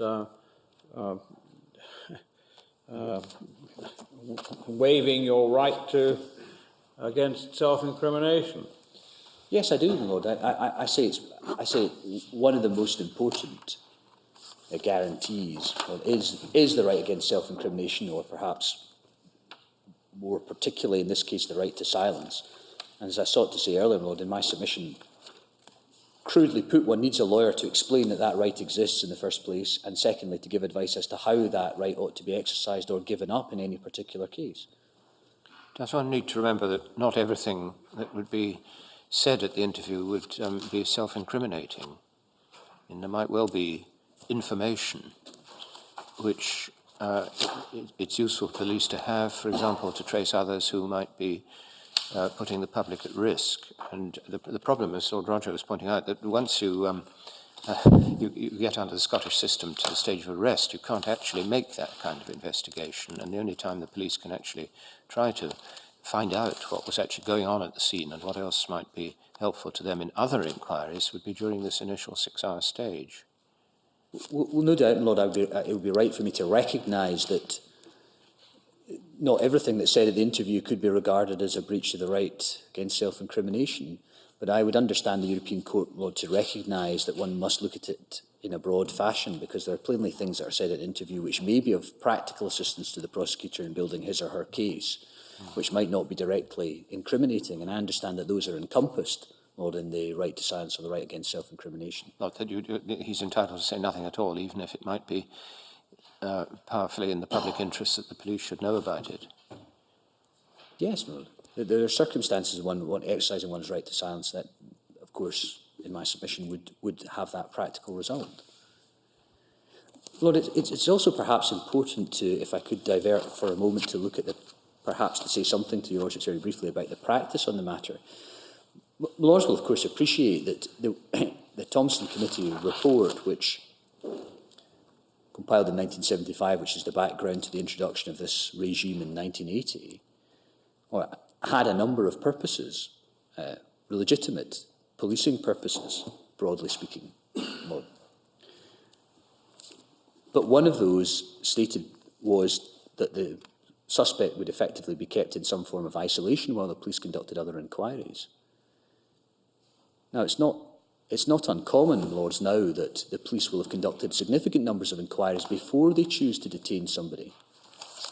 In other words, the police, as my Lords I'm sure will be well aware, may often be in a position to have interviewed witnesses and indeed to develop quite a detailed view of their case before they choose to detain anybody. I mean, I suppose if you're right, that practice may well increase. Being the only opportunity, so you don't detain him, but you still ask questions, and the threat of detention is hanging over him, and questions are asked. Well, the importance, Lord, I'm simply highlighting that detention is used in a variety of ways in practice, and the practice is no doubt developed to some extent in a different direction from those than that which was envisaged in the Thompson Committee report. Depends, of course, on the circumstances. I fully accept, Lords. I mean, there are often circumstances where the police will detain someone at or near the scene of an alleged offence. But equally, Lords, it's capable of being used, for example, in a complicated fraud case, where the police may conduct years of inquiry and have a very clear picture of what they understand may have occurred, and only then will they exercise the power to detain in order to question. And of course, my Lord and the Chair, my Lord Roger, may call to mind from Chalmers, at least in the 1950s in Scotland, it was thought that the police's role was not to act as that form of interrogator for various reasons which the court then identified, which I could remind my Lords of, I hope, at some point, a suitable point. But I'm simply saying, my Lords, that in other words, the practice has developed to some extent so that police may use the powers of detention in a way which was perhaps not envisaged at the time the power was being introduced. And of course, my Lords, in a general sense, legitimately from the police's point of view, and the purpose of asking questions is to obtain answers. And since, inevitably, my Lords, the police must be starting from the point of view that they have reasonable grounds for suspecting that the person detained has committed the offence, then naturally enough, my Lords, the focus of the police's inquiry is expecting people to say things that might, in one form or another, be incriminating, even if it is only in the sense of being material which could be used subsequently by the prosecutor at the trial to build his or her case. Well, and the reality is, of course, as we all know, that unless the things, I mean, we know that in the precognitions which have been done with, I've forgotten what you call them, you know, the formal precognitions where people have spoken to solicitors beforehand, everybody knows that the standard answer, unless it's changed, is, if I my solicitor, I say nothing, I won't answer. Isn't that right? Yes. That's the fear. I mean, that procedure which was introduced in order to give a further opportunity and so on, those on oath and so on, well, not on oath, I've forgotten what's the procedure called, I've forgotten. Judicial examination. Judicial examination. Before a sheriff. Yes, before a sheriff, absolutely. So that's proved a pretty blunt weapon, precisely because once the solicitors got near the accused people, they didn't say anything. Yes, absolutely, Lord. But I mean, plainly, Lord, that's one of the most important practical concerns that animates this debate. It obviously is. Yeah. Well, presumably, any one who was given legal advice at the questioning stage is told there's no downside. Unlike English law, well, if you remain silent, it can't be held against you in any way. Absolutely, Lord. And so, presumably, in a police interview, without any suggestion of oppression, a person who hasn't had legal advice may think to himself, well, you know, I've got to say something, otherwise they'll hold it against me. But it's not right. It's absolutely, Lord. And the practical reality is it's recognised that police officers receive training as to how to conduct interviews. And they do that, my Lord, with a view to getting the suspect to talk. Can you remind me that rule applies not just to what's said at judicial examination, but it applies at the detention stage as well, does it? The prosecutor can't ask questions directed to the failure to, for example, to state an alibi at that stage, which is relied on later. The prosecutor, below my recollection, is not in a position to make anything of the exercise of the right of silence at detention. At any stage. So the right to silence rule is really firmly established right across It is, my Lord. There are very few inroads into it. There are one or two statutory ones, my Lord, but not in relation to detention. So, as my Lord Mans points out, at least in Scotland at the moment, my Lord, it is largely risk-free if one chooses to exercise one's right to silence. I mean, there may, of course, be very good certain reasons for articulating a position to the police at that stage. But although Scottish sentencing policy would presumably give a discount for cooperation with the police and pleading guilty at the first opportunity, would it? One certainly does get a reduction in one sentence, mode for pleading guilty at the earliest possible opportunity. I'm not sure that the court fully recognises, my Lord, necessarily the admission of guilt at the outset as a significant feature. It depends on the circumstances, my Lord. I think rather depends on the kind of case as to what weight a sentencing court might attach to an initial admission of guilt. But my Lord is absolutely right. In procedural terms, if one indicates an early intention to plead guilty, then that is reflected, or ought to be reflected in the sentence. Well, I think we should make a little more progress. Lord Brown has drawn attention to Judge Bratz's, concurring opinion, and he, of course, was referring, I think, to the other concurring opinion which made similar kinds of remarks. Yes. Is there anything you'd like to draw our attention to in those? As Judge Zaglewski at page 29 in my print. Yes, perhaps I could, for completeness, my Lord Brown, helpfully having drawn attention to the earlier dissenting observations, and Lord the Chair might have had in mind at page 446 the concurring opinion. Yes.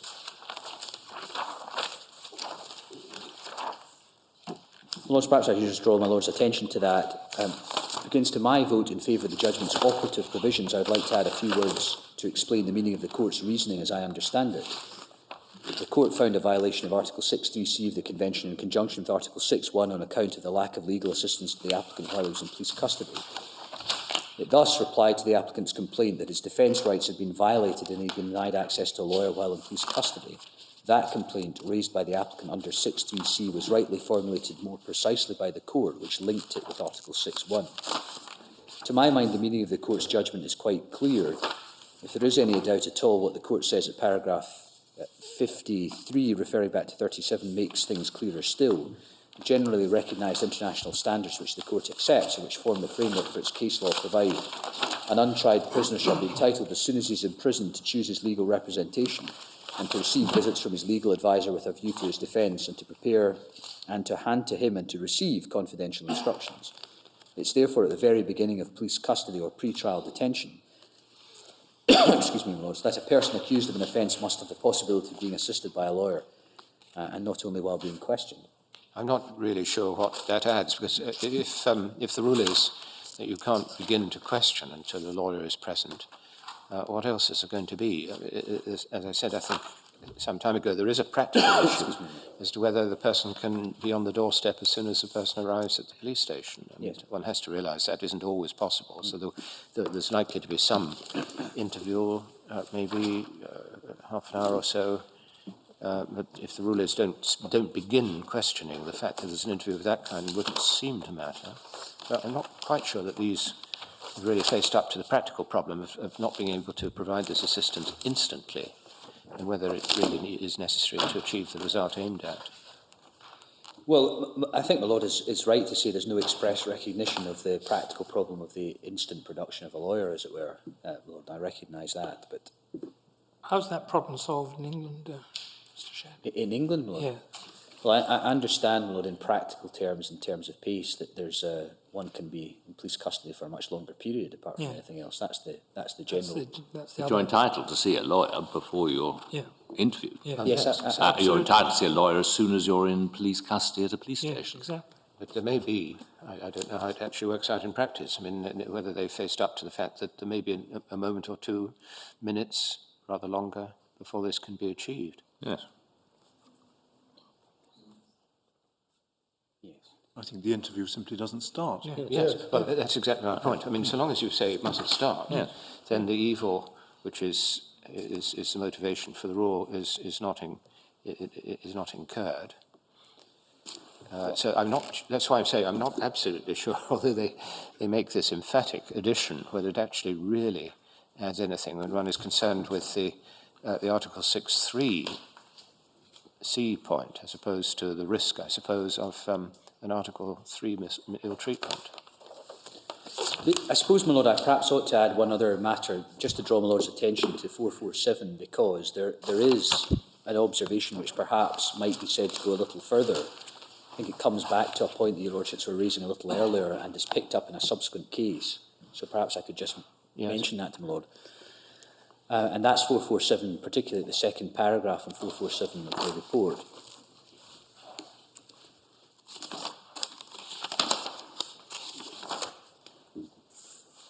Which one is it, Mr. Chair? Yes, my Lord, this is...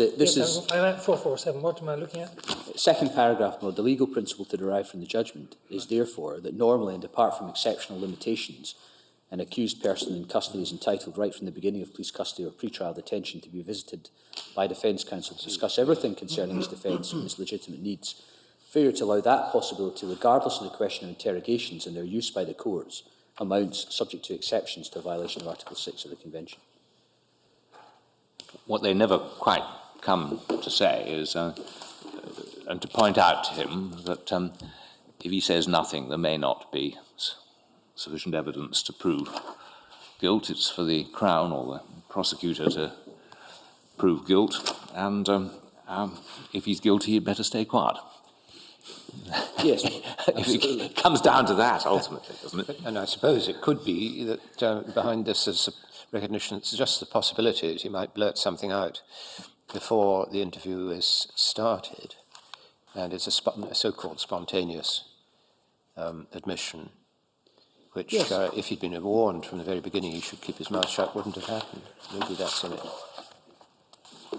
well, there seems potentially, my Lord, in these passages, potentially, in one at least of the subsequent decisions, to be a widening out of the principles of access to a lawyer, not just in relation to the right to silence. But I'm really just drawing that to my Lord's attention because there is a subsequent case which I think probably ought to be mentioned to your Lordships. It's quite difficult to be terribly clear about what he's talking about, because an accused person in custody, well, a person in Scotland who has actually been charged, has been arrested, does have, under Section 17, a right to have a lawyer. Yes, indeed, Lord. I mean, so that, that, insofar as that's what we're considering, that's well covered, I think.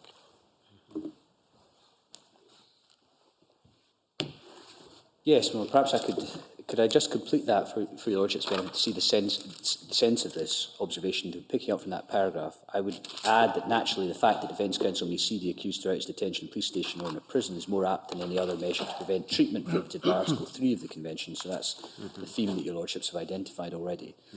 The foregoing considerations would not have been necessary if the Court's reasoning had not contained passages capable of suggesting to the reader that the Court requires accused persons to be assisted by defence counsel only from the start of and during interrogation, or even only during an interview of which a formal record is to be produced to be used as evidence by the Court. From paragraph 55 onwards, the text adopted by the Court concentrates entirely on the answers given by the applicant when questioned, which were later used against him. I would find such a reading of the judgment too reductive.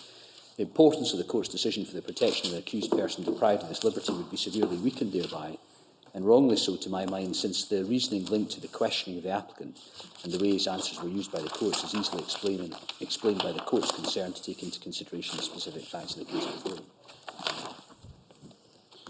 I mean, in Scotland, supposing that the police were stupid enough to arrest somebody without first detaining him, and they couldn't then question him, but the Section 17 right would nonetheless apply because he's in custody and he's got a right to have a solicitor come and see him and so on. Yes, that's right, my Lord. And in a sense, my Lord, we may call to mind that was broadly the position at the time of the decision in Chalmers in the 1950s. That was one of the practical difficulties, which was then recognised. I think I'm right in saying, Lord, that the right of access to a solicitor in that circumstance is been very long recognised in Scotland. We'll keep whetting our appetite as to the subsequent decision. Sorry, Lord. It'll be a disappointment now, I'm sure. So have we left Southeast? Is it time to say goodbye to it for the time being? Yes, if I could, my Lord, what I'd hoped to do, with your Lordship's leave, was really ask my Lords to look at some of the post-Saldus decisions, as it were, to see how the matter might have been approached. Right. Yeah, I'll do that later.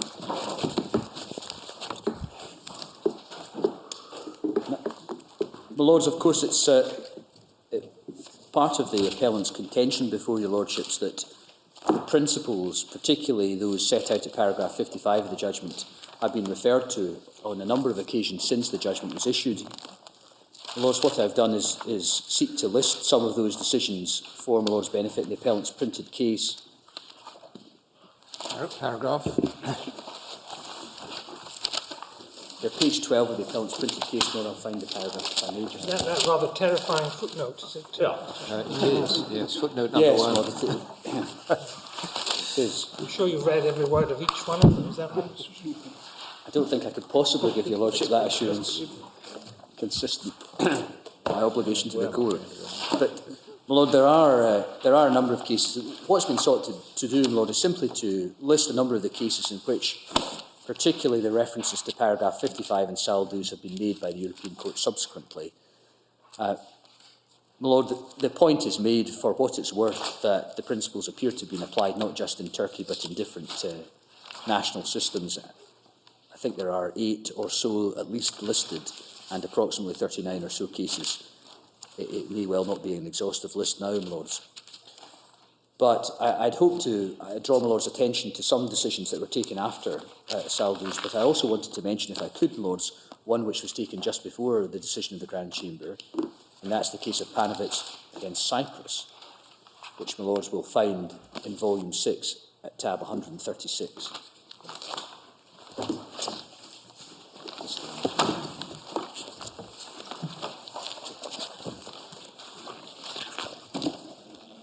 So that is 11th December 2008. It's comes just a few days after Saldus, which was 27th November 2008. Yes.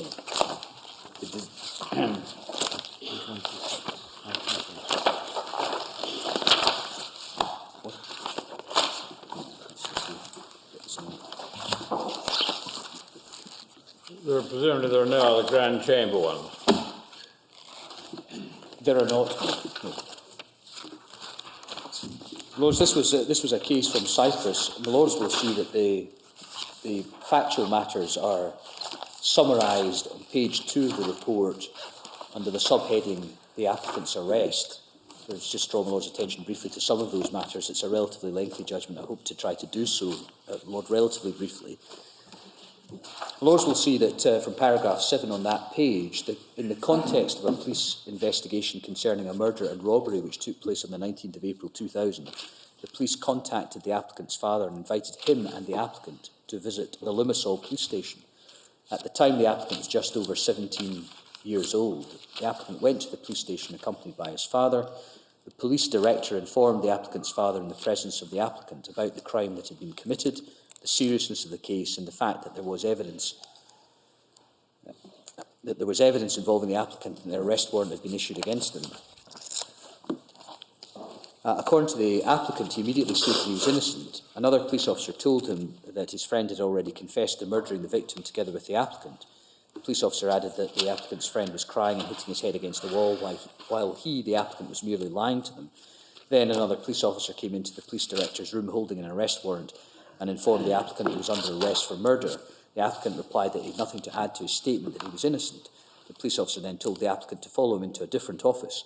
There were 5 or 6 officers who started asking him questions and inducing him to confess, promising that if he did so, they would assist him. They questioned him for approximately 30 to 40 minutes, but he kept saying he could not remember anything as he'd been very drunk the night before.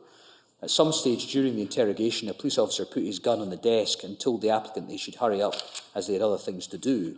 The police officer told him that if he wanted to go, he should confess. Subsequently, a police officer suggested they take a written statement from the applicant. The police officers would remind him of anything he could not remember. The applicant then agreed to make a written statement. He denied having made any prior oral admission. According to the government, relying on the testimonies of the police officers participating in the interrogation, the applicant was shown the arrest warrant and informed of the reasons for his arrest and of his intention drawn to the law. The applicant replied he had nothing to say other than he was innocent. He was then taken to a different room for questioning. Before the applicant was questioned, the arresting officer explained again the reasons for his arrest, repeated that there was evidence involving the applicant in the circumstances under investigation, and cautioned him that anything he said could be used against him in subsequent proceedings. There were 4 police officers present in the room. The applicant replied that he had not intended to kill anyone and started to give an explanation of the events. According to the arresting officer, the applicant was interrupted and his attention was drawn to the law. During the questioning, the applicant confessed his guilt. The parties agreed that when the applicant was taken away for questioning, his father remained in the police director's office. He was shocked and after a couple of minutes told the police director that he should not use violence against his son. The police director replied that the police did not use such practices and added that the case was serious, there was evidence linking the applicant with the crime, and it was important to seek the advice of a lawyer. He asked the applicant's father whether he wanted to be present while his son was questioned. The father declined the offer. A few minutes afterwards, a police officer entered the room and informed the police director and the applicant's father that the applicant had confessed. The police director and the applicant's father, the applicant had confessed. The police director invited the applicant's father to join his son in the interview room so he could hear what his son had admitted. The applicant's father preferred to wait outside. The applicant was charged with manslaughter and robbery under the Criminal Code. On the 9th of May, the applicant noted in an additional written statement, "I did not hit him with a stone, but only kicked him a couple of times." Lords will see that the proceedings before the Assize Court are then summarised. At paragraph 13, it's noted that the applicant maintained that his confession to the police had not been voluntary, but the product of deception and psychological pressure, promises, threats and other tactics aimed at creating fear.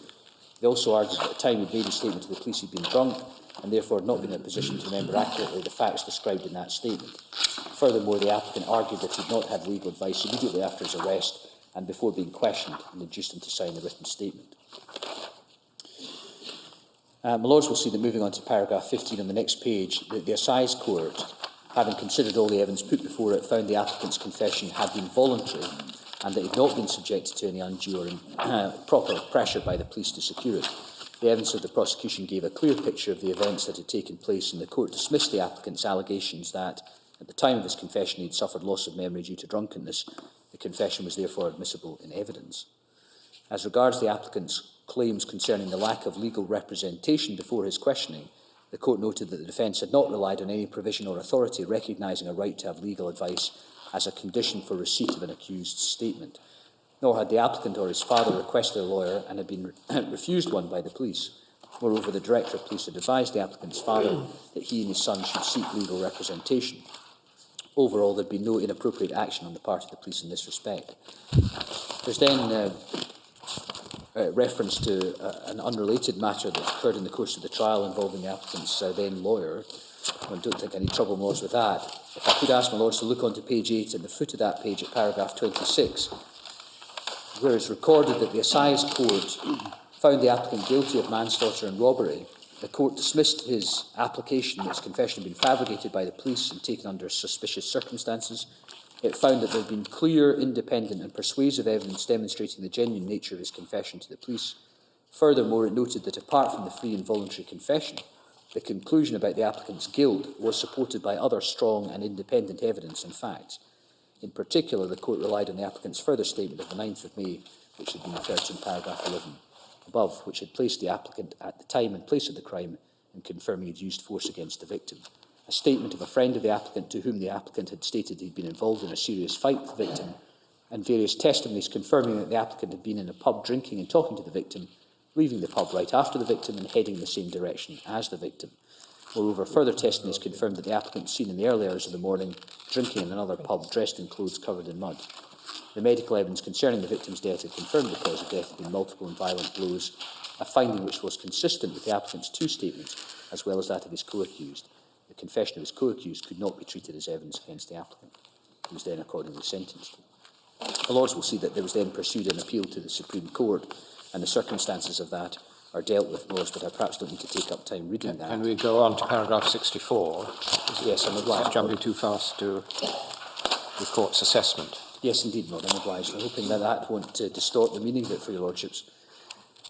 As my Lord calls attention to it, paragraph 64, the Court's assessment, at the outset, the Court observes that even if the primary purpose of Article 6, as far as criminal matters are concerned, is to ensure a fair trial by a tribunal competent to determine any criminal charge, it does not follow that the article had no application to pre-trial proceedings. Article 6, especially paragraph 3, may be relevant before a case is sent for trial, if and insofar as the fairness of the trial is likely to be seriously prejudiced by an initial failure to comply with its requirements. The manner in which Article 6, paragraph 1 and paragraph 3c is to be applied during the preliminary investigation depends on the special features of the proceedings involved and on the circumstances of the case. In order to determine whether the aim of Article 6, a fair trial, has been achieved, regard must be had to the entirety of the domestic proceedings conducted in the case. Moreover, the Court reiterates that the right to silence and the right not to incriminate oneself are generally recognised international standards which lie at the heart of the notion of a fair procedure under Article 6.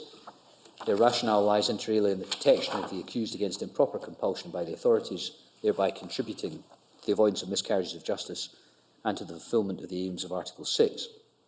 The right not to incriminate oneself in particular presupposes the prosecution in a criminal case seek to prove their case against the accused without resort to evidence obtained through methods of coercion or oppression in defiance of the will of the accused.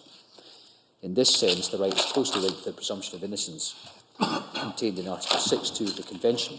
As regards the applicant's complaints, which concern the lack of consultation at the pre-trial stage of the proceedings, the Court observes that the concept of fairness enshrined in Article 6 requires that the accused be given the benefit of the assistance of a lawyer already at the initial stages of police interrogation. The lack of legal assistance during an applicant's interrogation would constitute excuse me, Lords, a restriction of his defence rights in the absence of compelling reasons that do not prejudice the overall fairness of the proceedings. The Court notes that the applicant is 17 years old at the material time. Excuse me. In its case law in Article 6, the Court has held that when criminal charges are brought against a child, it's essential that he be dealt with in a manner which takes full account of his age, level of maturity and intellectual and emotional capacities, and the steps are taken to promote his ability to understand and participate in the proceedings. My Lords refer to we'll see that there's reference to the case of T against the United Kingdom. The right of an accused minor to effective participation in his or her criminal trial requires that he be dealt with due regard to his vulnerability and capacities from the first stages of his involvement in a criminal investigation, and in particular during any questioning by the police. The authorities must take steps to reduce as far as possible his feelings of intimidation and inhibition and ensure that the accused minor has a broad understanding of the nature of the investigation, of what is at stake for him or her, including the significance of any penalty which may be imposed, as well as his rights of defence and in particular his right to remain silent. It means that he or she, if necessary with the assistance of, for example, an interpreter, lawyer, social worker or friend, should be able to understand the general thrust of what is said by the arresting officer and during his questioning by the police. Have you looked at SC in the UK? I'm sorry, Lord? I don't think we've got SC against the United Kingdom. I think not. I regret, my Lord. What are we getting from it? What particular are we getting from? Well, of course, my Lord, that in the context of the case of Panovitz, he was 17 at the time, older than the present appellant. At least from that perspective, my Lord, he was being treated as a minor. Is that the point? That's the point of drawing this part of my Lord's attention, if I may, my Lord, because I'm, as my Lord will appreciate, to some extent seeking to found upon the age of the appellant in this context. The waiver we needn't worry about, need we? That doesn't arise. Yes, absolutely. I hadn't intended really to. I'm not sure how much more you need to actually read. There's one possible point about waiver, Lord, in the Crown's printed case. I don't know whether that's a point the Lord Advocate wishes to develop in this context, Lord, but there is. I'm going to come to that, Lord, in the subsequent cases, reference to how one should approach the question of waiver. Just give my Lord the reference to that, if the need should arise.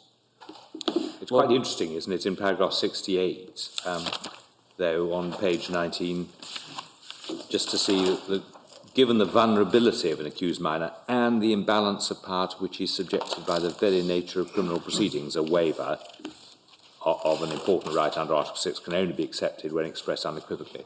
That does indicate that what one is protecting is something more than overt coercion. One's protecting against actually the imbalance arising from the very nature of the situation. Yes, absolutely, Lord, and I'm obliged. In my submission, it is an important recognition of that theme in this part of the judgment.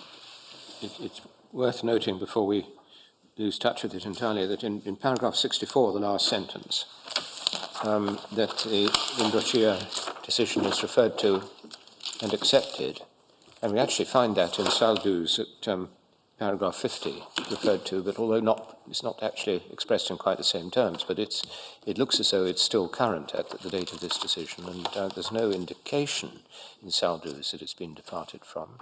No, I recognise that, my Lord.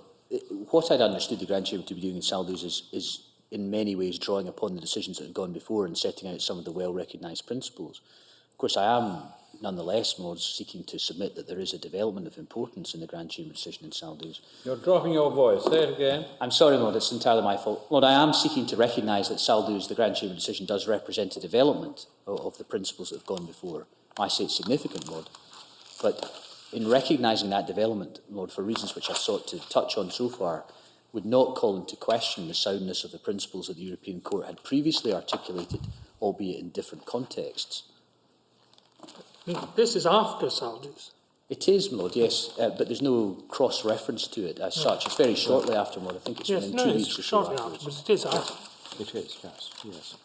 And the President is coming, at least, isn't he? Yeah, I don't do Judge Razakis. Yes, my Lord is right about that. Yes, he was there.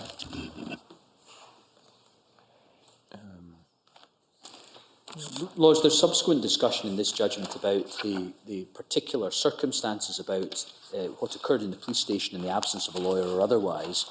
Lords, I wouldn't really wish to take up my Lord's time reading all of that, but perhaps I could say, Lord, at paragraph 72, lest it become important for later, that at paragraph 72, the Court takes note of the Government's argument that the authorities had remained willing at all times to allow the applicant to be assisted by a lawyer if he so requested. It observes that the obstacles to the effective exercise of the rights of the defence could have been overcome if the domestic authorities, being conscious of the difficulties for the applicant, had actively ensured that he understood that he could request the assignment of a lawyer free of charge if necessary.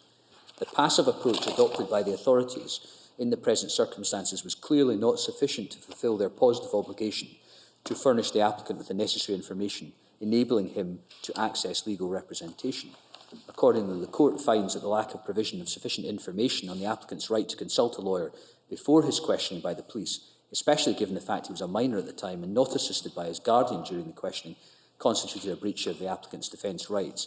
The Court, moreover, finds that neither the applicant nor his father, acting on behalf of the applicant, had waived the applicant's right to receive legal representation prior to his interrogation in an explicit and unequivocal manner.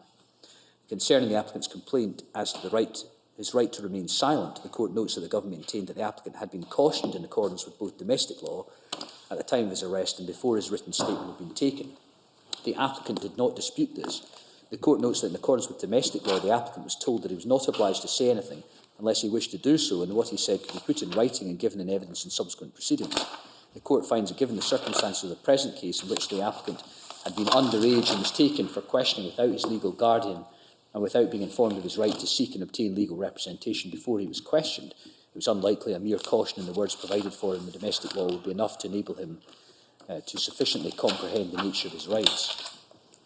And lastly, the Court considers that although the applicant had the benefit of adversarial proceedings in which he was represented by the lawyer of his choice, the nature of the detriment he suffered because of the breach of due process at the pre-trial stage of the proceedings was not remedied by the subsequent proceedings in which his confession was treated as voluntary and was therefore held to be admissible as evidence. In this connection, the Court notes that despite the fact the voluntariness of the applicant's statement taken shortly after his arrest was challenged and formed the subject matter of a separate trial within the main trial, and although it was not the sole evidence on which the applicant's conviction was based, it was nevertheless decisive for the prospects of the applicant's defence and constituted a significant element on which his conviction was based. It is indicative in this respect that the Supreme Court found that throughout the course of the first instance proceedings, the applicant had consistently tried to negate his initial statement and approach, which had a great impact on the Court's assessment of his credibility. And in light of the above considerations, the Court concludes that there has been a violation of Article 6.3c in conjunction with Article 6.1 of the Convention on account of the lack of legal assistance to the applicant in the initial stages of police questioning. Now, obviously, my Lords will immediately have noticed that in Cyprus, as in England, Wales, Northern Ireland and Scotland, there are comparable procedures, and first of all, on the one hand, in respect of the caution and its general nature, and secondly, a process of a trial within a trial, at which it would be open to an accused person to seek to exclude the evidence as inadmissible, having regard to these general considerations. Now, of course, my Lords will, of course, appreciate it in this case that the Cypriot court held that they, despite the contention for the applicant, that the statement was voluntary, and it was therefore relied on as a basis for conviction. And as the European Court says at paragraph 76, it was in this context regarded as a significant element on which his conviction was based. So despite the fact that there are comparable safeguards plainly present in Scotland, Lord, including the administration of a caution in similar terms, and the possibility of a trial within a trial process, these were not enough in the context of that case, Lords, for the court to take the view that there'd be no violation of Article 6.1 on this point. So if you look at the findings, it's quite interesting that there's a broad declaration that the pre-trial stage and the fairness of the trial and appeal and so on, complaints about that were inadmissible, and it focused very precisely on the lack of legal assistance at the initial stages. Yes, absolutely. First, the added dimension in this case was the fact that the applicant was a minor. And as Lord Mance has helpfully observed, the court has commented upon the situation in which he found himself.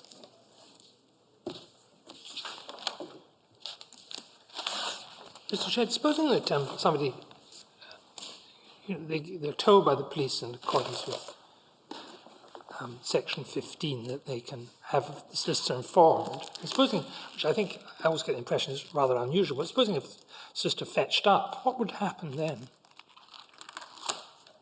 Well, of course, Lord, it would appear in practice, at least, to depend entirely then on the circumstances, because it's, I think, not disputed before your Lordships that from time to time in Scotland, police officers have exercised their discretion to allow a solicitor to have access to his client in those circumstances. Well, I mean, supposing that this, I mean, because they have to make the phone calls, I understand it, isn't that right? If they're asked to do so. Yes.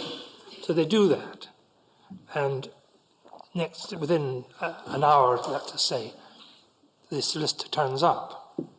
What then? Is there any obligation, or what's the position? Well, Lord, as the domestic law has been understood in Scotland, there's no obligation on the police to permit the solicitor access. No. None. So the solicitor could just sit there till the end of the 6 hours? Yes, indeed, Lord. Is that right? It's not uncommon, Lord, for solicitors to have sought access Is that right? in the past and be denied it by the Be police. denied it.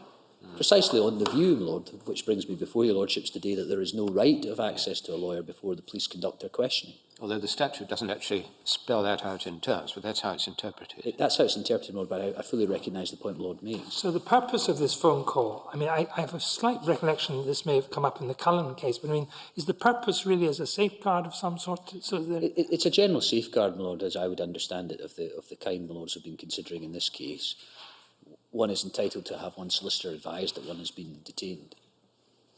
But I mean, what's the purpose of that? If he can't get into interview, is it so that somebody who is skilled in these matters can at least knows that I've been detained and that I'm in the police station being questioned? Is that what it's about? That's its primary purpose, Lord, but its secondary important purpose is that in some cases that will, depending on the nature of the case and the circumstances, the solicitor will attend the police station. And Yes, of course. On some occasions, Lord, seek to be given an opportunity to consult before any interview takes place. And on some occasions, Lord, I think it's common ground that that's occurred.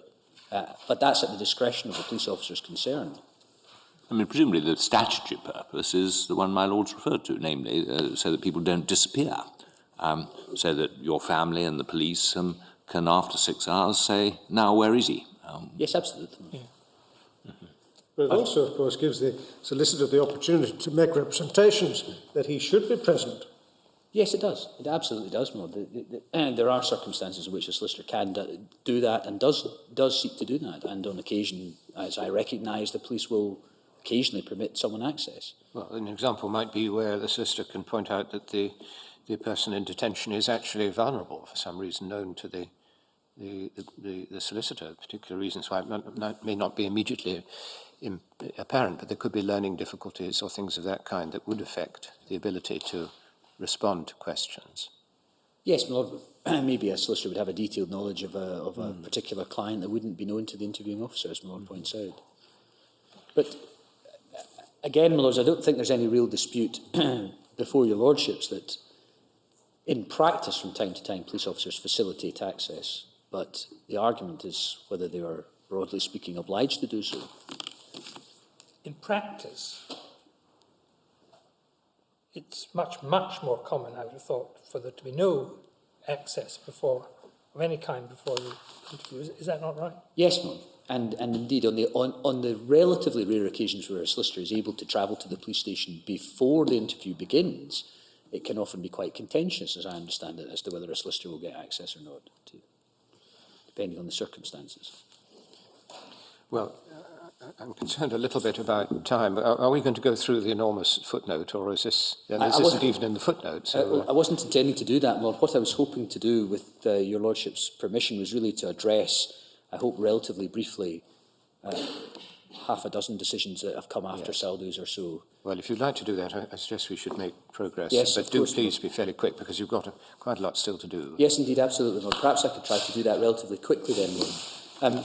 What I wanted to draw my Lord's attention to, first of all, was the case of Atmagan against Turkey, Volume 4 at tab 71.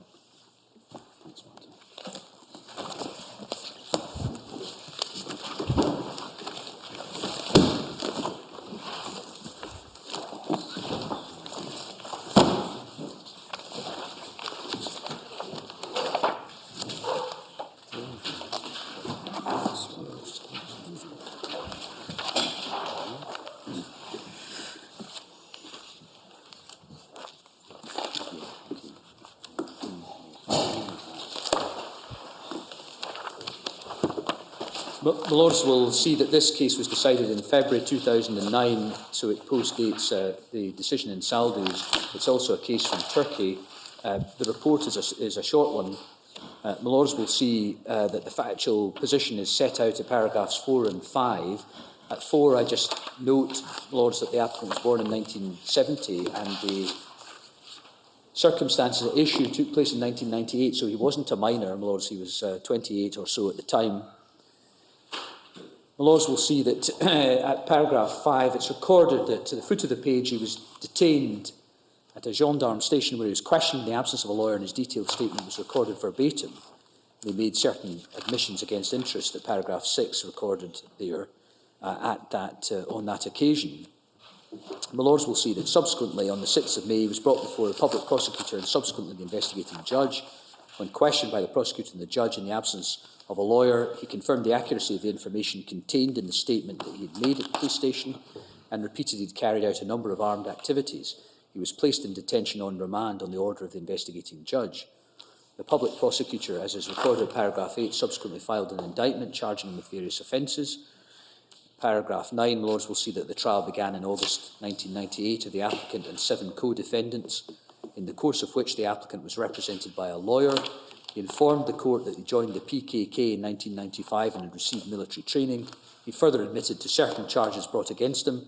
The applicant also stated during the hearings he had been forced to put his thumbprint on the statement taken at the police station.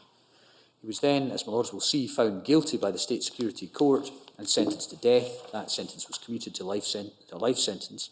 The court found it established on the basis inter alia of the statements taken from the applicant after his arrest and the testimony given by him during the trial that he carried out a number of illegal activities and had been involved in the killing and kidnapping of a number of village guards, and his subsequent appeal was dismissed.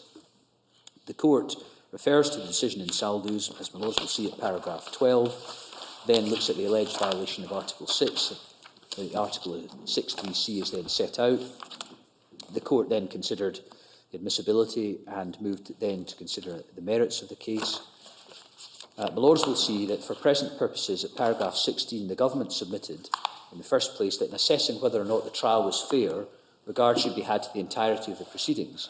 As the applicant was represented by a lawyer during the proceedings before the State Security Court and the Court of Cassation, his right to a fair hearing had not been violated. The government further stated that as the applicant was illiterate, his statement taken by the gendarmes was read out to him. They underlined the fact that his confessions during his custody period were not the sole basis of his conviction. The court reiterates the basic principles laid down in Saldus, cited above, paragraphs 50 to 55. In the present case, the court notes the restriction imposed on the applicant's right of access to a lawyer was systematic and applied to anyone held in custody in connection with an offence falling under the jurisdiction of the state security courts. The court observes that the applicant had access to a lawyer after his detention on remand and during the ensuing criminal proceedings, when he had the possibility of challenging the prosecution's arguments. Nevertheless, in convicting him, the State Security Court relied heavily on his statements taken while in the police custody in the absence of a lawyer. Thus, in the present case, the applicant was undoubtedly affected by the restrictions on his access to a lawyer in respect of those statements. Neither the assistance provided subsequently by a lawyer nor the adversarial nature of the ensuing proceedings could cure this defect. In sum, even though the applicant had the opportunity to challenge the evidence against him at the trial and subsequently on appeal, the absence of a lawyer while he was in police custody irretrievably affected his defence rights, as therefore being a violation of Article 6.3c of the Convention in conjunction with Article 6.1. So, briefly, Lords, the themes are that he was not a minor, so that was not a consideration.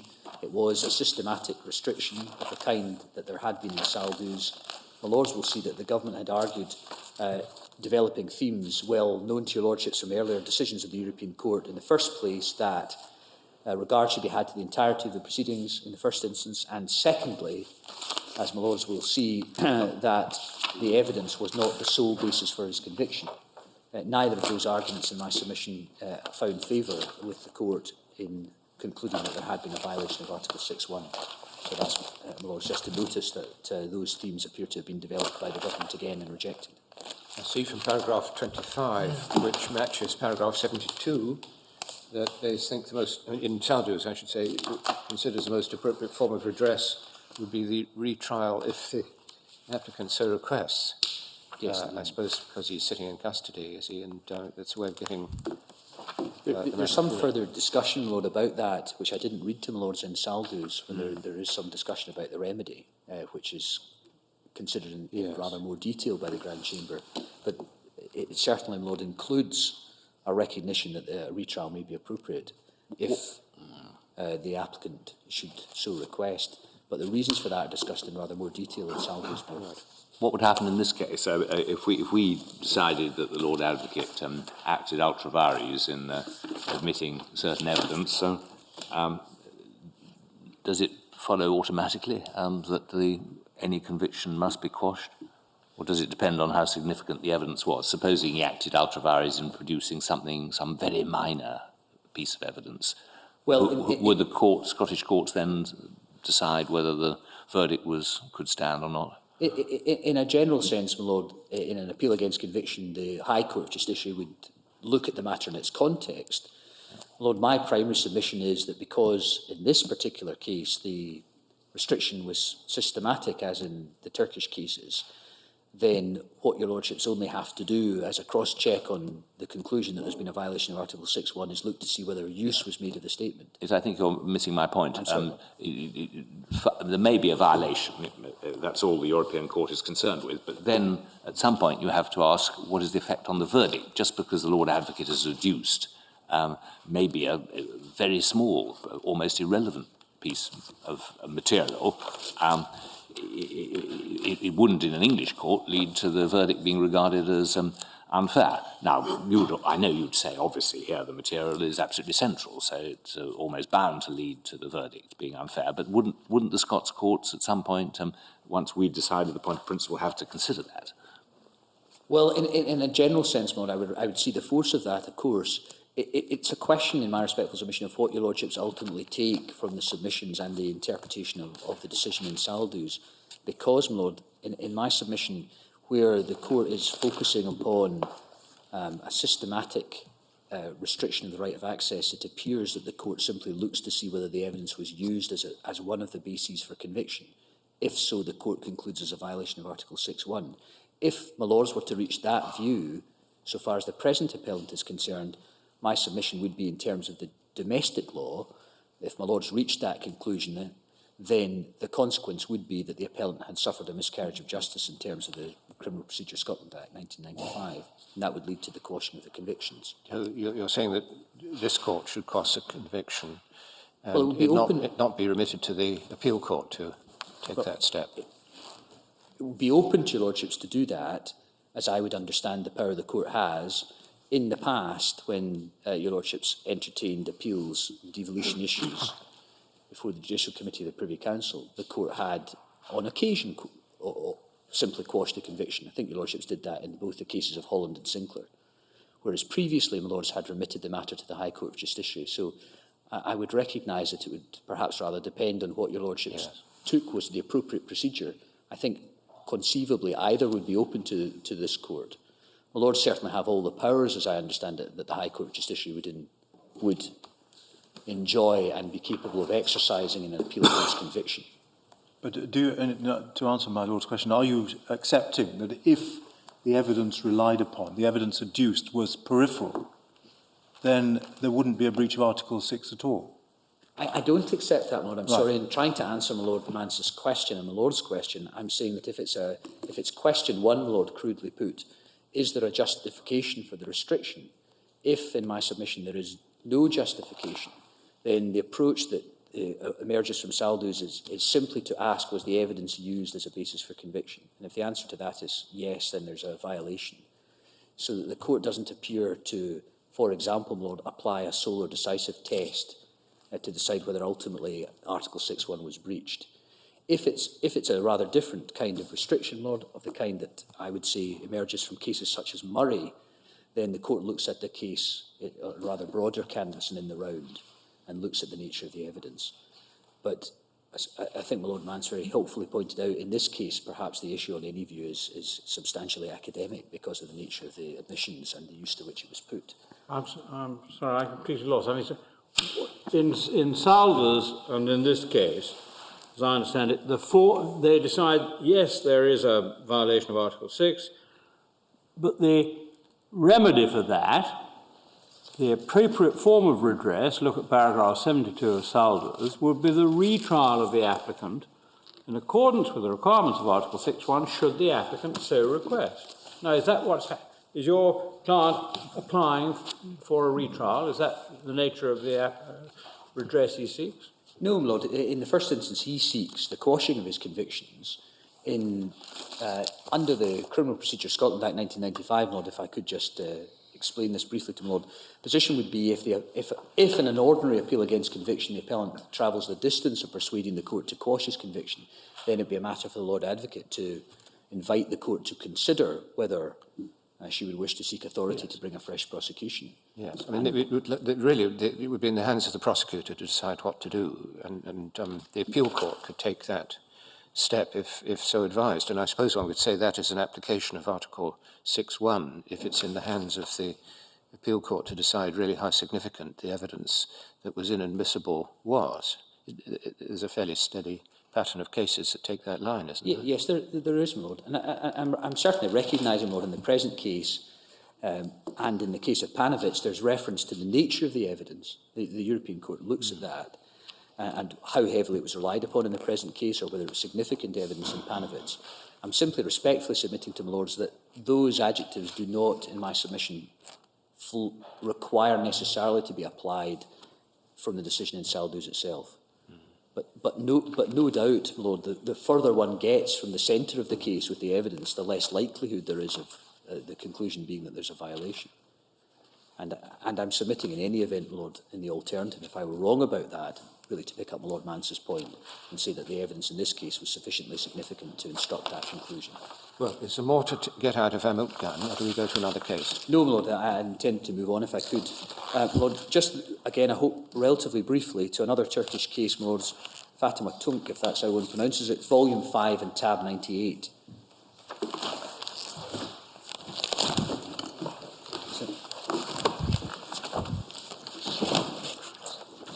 Yeah, boy. It's tab 98, my Lord. I'm sorry, it's my fault. It's volume 4, but it's tab 98.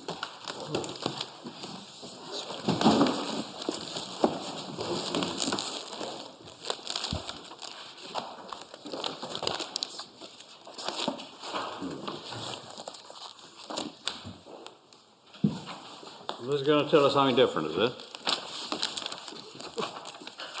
Yes, very briefly, I hope, Lords, I don't think I need to go through all the facts with Lords, but basically the point here, Lords, is that on the findings of the court, the applicant did have access to a lawyer, but only for a brief period, 5 minutes or so, and that was not regarded as effective in the circumstances.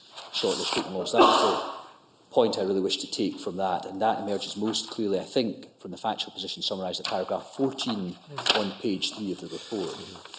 So she was arrested on the 10th, and on the 4th day of arrest she saw the lawyer for a few minutes, and then after that was questioned.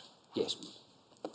Yeah. And the court discusses that 5-minute consultation at paragraph 14 and then goes on to refer again to Saldu's, the Grand Chamber decision, and calls to mind the principles which it explains, and Lords will see that, having done so, about 6 lines or so from the bottom of paragraph 14, the court says, having regard to the foregoing and bearing in mind that the restriction imposed concerning access to a lawyer was systemic pursuant to the law in question at the time, and applied to anyone held in police custody in connection with an offence falling under the jurisdiction of the state security courts, the court concludes that although the applicant had met her lawyer during police custody, this meeting cannot be considered to have been sufficient by convention standards. And yes, of course, it's a violation. That's the point I wish to illustrate more. So even when there is access, it has to be effective for reasons which the European Court has generally explained.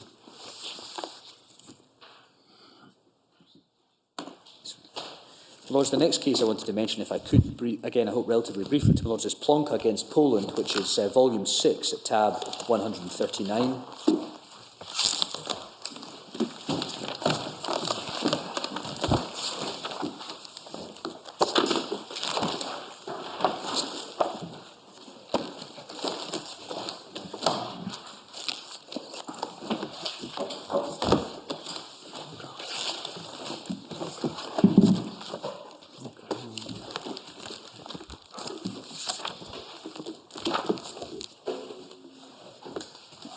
Lords may see from paragraph 6 on page 1 of the report the basic factual background.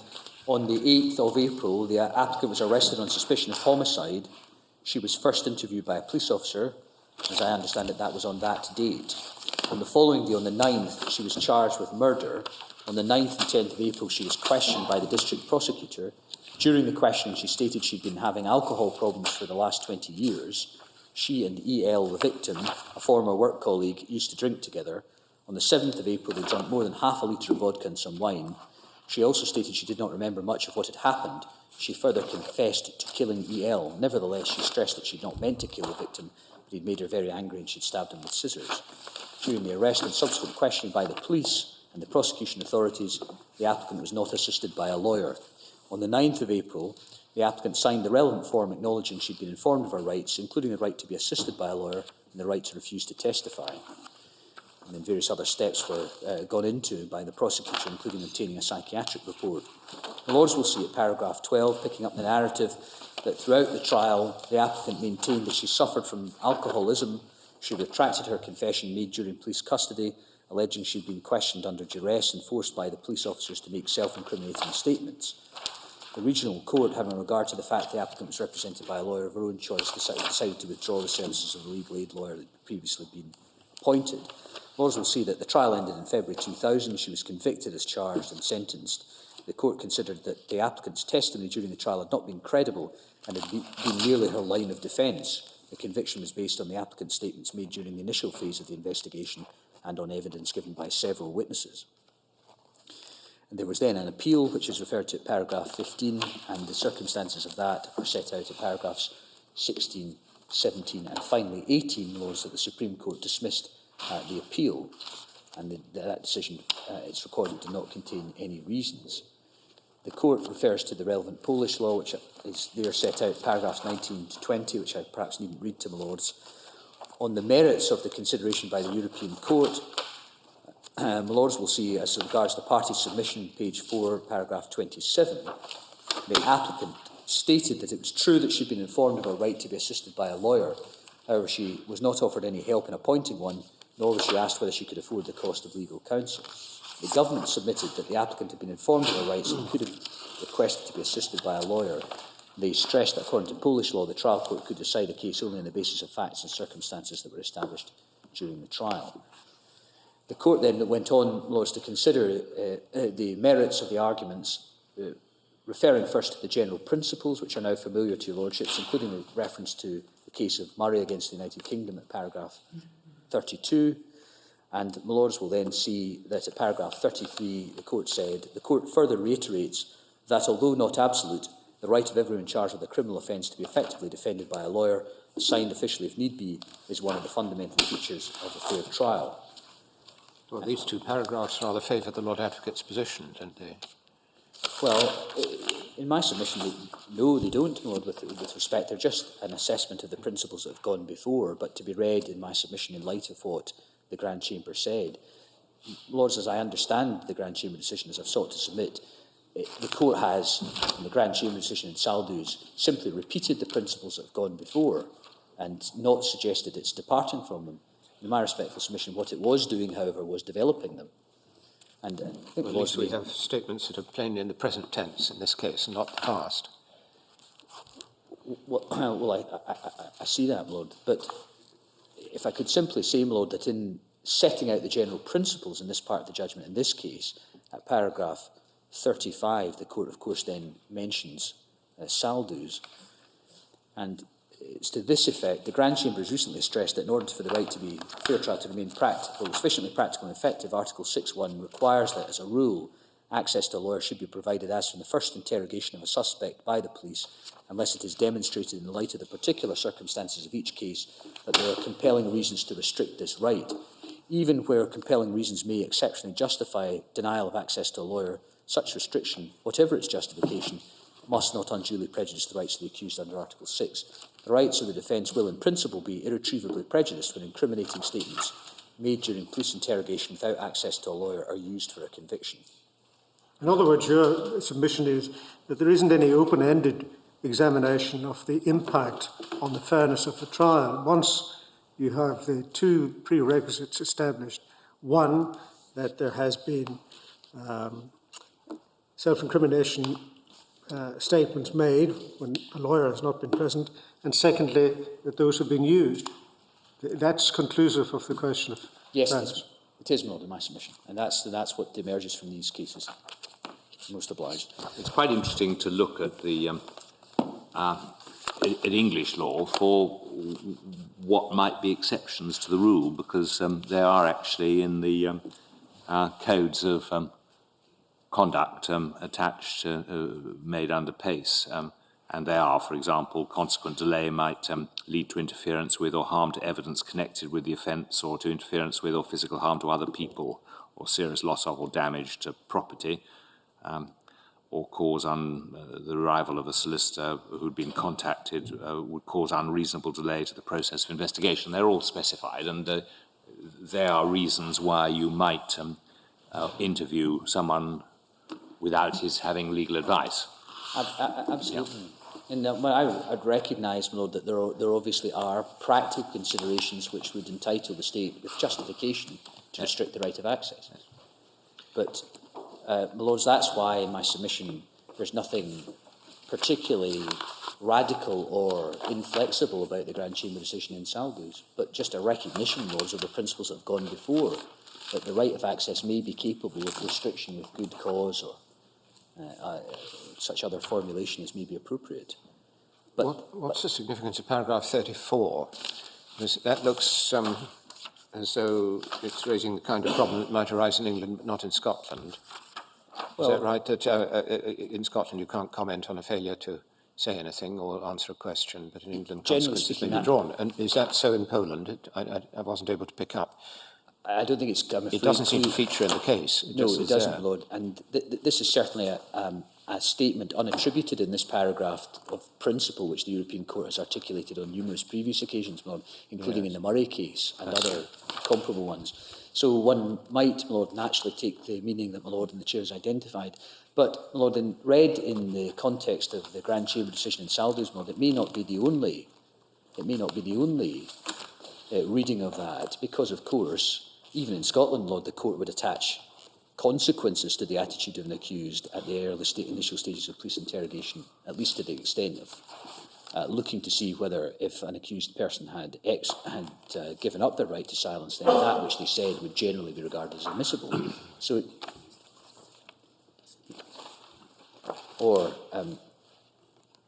I think it's fair to say, Lord, in a practical forensic application, because it may be that the prosecutor is able to use what is said at the interview to challenge the credibility of an accused person who gives evidence at a subsequent trial.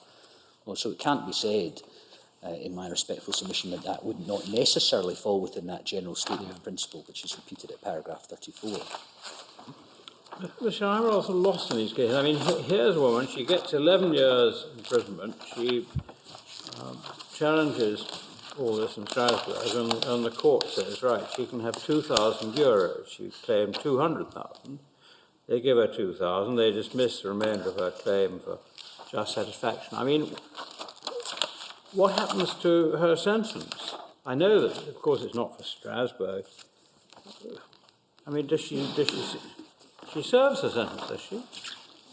Well, my Lord, I would understand that the consequence might be in a particular case if the national courts have dismissed every appeal and one simply serves one sentence, my Lord. And says what? One may have to serve one sentence, my Lord, depending on the point at which one's final appeal domestically is exhausted and when one exercises one's right of application to the European Court. Well, in similar circumstances here, one would expect a reference to the Court of Appeal by the Criminal Cases Review Commission. I mean, what I say here, I mean, in this jurisdiction and in Northern Ireland, where it had been found by the Strasbourg court that there had been a violation, which doesn't necessarily follow that the inevitable consequence will be a quashing of the conviction, because the Court of Appeal must still address the question of whether the conviction is safe. I would understand that, Lord. I hope diffidently from my vantage point of view in Scotland. My understanding is that it's the question which has recently arisen before the Supreme Court in the Scottish context was whether, if an appellant can establish on argument that there's been the violation of the right to a fair hearing, fair trial, whether that informs the conclusion there's been a miscarriage of justice under the Scottish legislation. I understand my Lords to have said that it does lead to that conclusion without more in one of the two recent Scottish appeals. Sorry, what is without more? Lord, if the appellant can satisfy an appeal court that he has been deprived of his right to a fair trial under Article 6.1, does that lead to the conclusion without more that there's been a miscarriage of justice? My understanding is the answer is it does inform the conclusion that there's been a miscarriage of justice. I think my Lord said that in the case of the recent appeal to this court. But if the trial as a whole were rendered unfair by the breach, but I mean, you could have, we've talked about this so many times, I mean, you could have a failure to disclose a statement or something, which, on looking at it, it would be of minor importance, as I think Lord Mance was suggesting. And in that situation, there would be a breach, perhaps, of Article 6.1, but you wouldn't find that the trial as a whole had been unfair. But of course, there could be much more substantial breaches. And in that situation, if one decided that the breach was so substantial that, in effect, the trial had not been fair, then of course you would then the conviction would have to be quashed. Well, it all depends on the circumstance. Well, I recognise, Lord, in the circumstance of the example of my Lord's question, the court has explained that that's how one should look at the matter. What I'm respectfully submitting at the moment, Lords, in this context, however, is that focusing on the fundamental nature of the right of access to a lawyer, in certain circumstances, of the kind very helpfully summarised for my benefit by my Lord Kerr a few moments ago, that would instruct the conclusion that there had been the deprivation of a right to a fair trial. So it's in that context, Lord, I would invite my Lords to conclude. Is that different from saying there's been a breach of Article 6.1? Well, I'd understood implicit in my Lord's last question was there was a possible distinction between the two, because you say it would lead to a conclusion the trial hadn't been fair. Absolutely. Well, I'm because I mean, on these cases, it looks as if Strasbourg, I mean, on one view, certainly on the view you're putting forward as to the effect of the salvos and this line of authority, any case where routinely, systematically, you're deprived of your lawyer, and you make an admission which may be in play in the case, automatically there's a breach. And Plonker, basically the court says that, but it says actually, but all you're going to get is €2,000. You've got 11 years imprisonment, which she's presumably served, probably actually, hasn't she? Served by yes, then. she presumably served it by then. Served by then. But I mean, it doesn't look as if the court thought there was much wrong with locking the person up for 11 years or whatever the actual period served was. And now you're saying that any case like that automatically results in a conviction having to be quashed, because I don't follow. Well, I suppose, Lord, it might be how a decision of that kind might be put into operation in domestic terms. I think my Lord Kerr drew attention to a possible example. Use of the Criminal Cases Review Commission might refer a case back to the court, the appeal court, which would then consider the two questions that I think my Lord Kerr identified. First was the deprivation of a right to a fair trial under Article 6.1, and if necessary, whether there was any separate question about whether that rendered the conviction or convictions unsafe. I understand my Lords have, I hope this is correct, in general terms in England and Wales have confronted that question at an earlier stage and concluded that if an appellant can go so far as to establishing his trial was unfair, then his conviction was also correspondingly unsafe.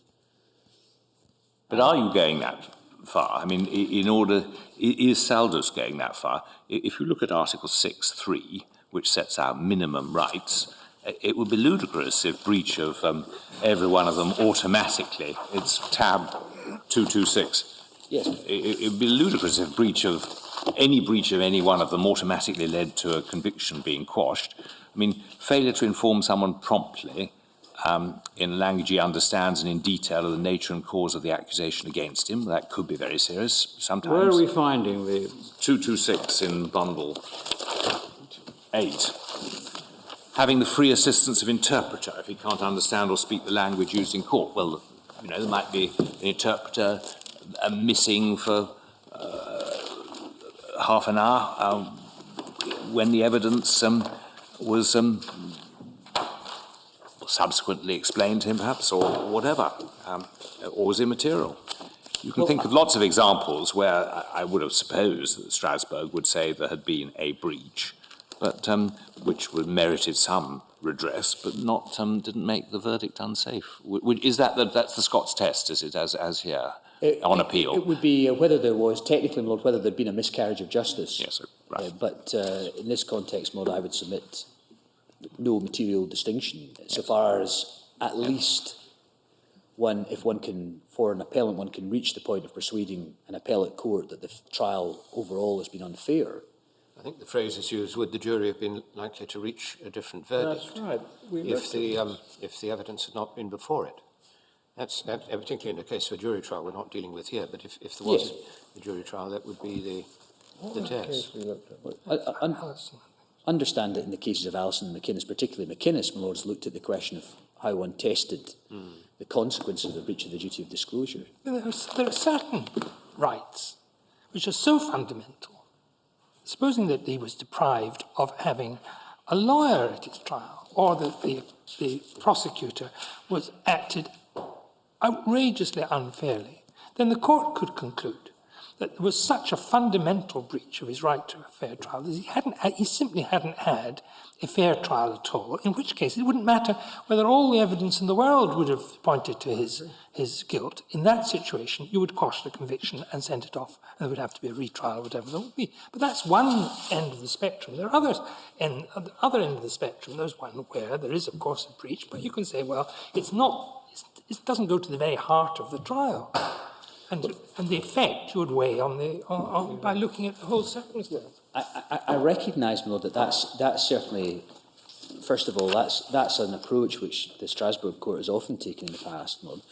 The second point, Lord, is that for purposes of analysis, as I think Lord Mance was drawing attention to, one could break the matter down into saying, well, what your Lordships are primarily concerned with in the first instance is Article 6.3c.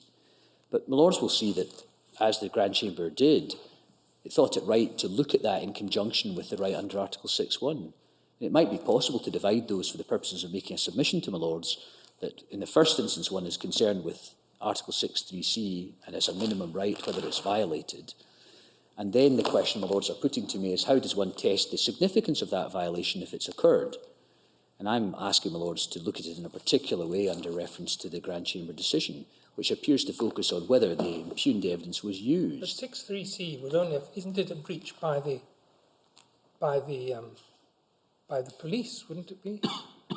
Would that give rise to a devolution issue? It's 6.1 that brings it in here, isn't it? Well, I recognise that the ultimate question for Lords is 6.1, but I'm not suggesting that the Strasbourg Court approaches the matter this way, Lord, because plainly it doesn't. On the face of it, in Saldus it says one should consider the violation of 6.3c in tandem with the notion of a right to a fair trial. But just for standing back, my Lord, for the purposes of analysis for a moment, the Lords are starting from the point of looking at Article 6.3c and the rights, minimum rights it provides, and asking whether there's a breach. But the way it's been interpreted by the Grand Chamber in my submission is to put the two matters together and ask if it so happens that the nature of the difficulty is a systematic one, then one approaches it in a particular way. Now, what that means, my Lord, is that one does not need, in my submission, to say that the evidence was the sole or decisive basis for conviction, to use that language which the European Court has drawn from other areas, because that was the argument that the government advanced and was, in my submission, rejected in this and subsequent cases. But the court looks to see whether the evidence was used as one of the bases for conviction. If the answer to that is yes, then because the right under 6.3 in this context is fundamental, though not absolute, that instructs the conclusion that there's been a deprivation of a fair trial overall. But if there has been a deprivation of a fair trial under Article 6.1, that itself doesn't necessarily lead to a successful appeal, does it? Look, I thought we decided that in the cases about reasonable time. The mere fact that there's been a delay in bringing it on within a reasonable time, breach of Article 6.1, but doesn't undermine the safety of the judgment. And similarly, if you take another example, if you excluded the public for a short period wrongly, that wouldn't undermine necessarily the safety of the verdict or cause it to be set aside. No, I recognise in those examples, my Lord, that would be so, and I think as my Lord Roger was putting to me earlier, the practical contention for the appellant is that your lordships should travel a distance of concluding that the right to a fair hearing guaranteed by Article 6.1 has been breached. Now, if my lords can travel that distance, then in the very particular context that my lords are considering at this juncture, that would give rise, subject to an important argument which is in the written cases for the parties, that would give rise to the conclusion that the Lord Advocate had been acting ultra vires in seeking a conviction in these circumstances. Now, that might have a particular practical consequence as to remedy before your lordships, depending on other issues which my lords may have yet to adjudicate upon.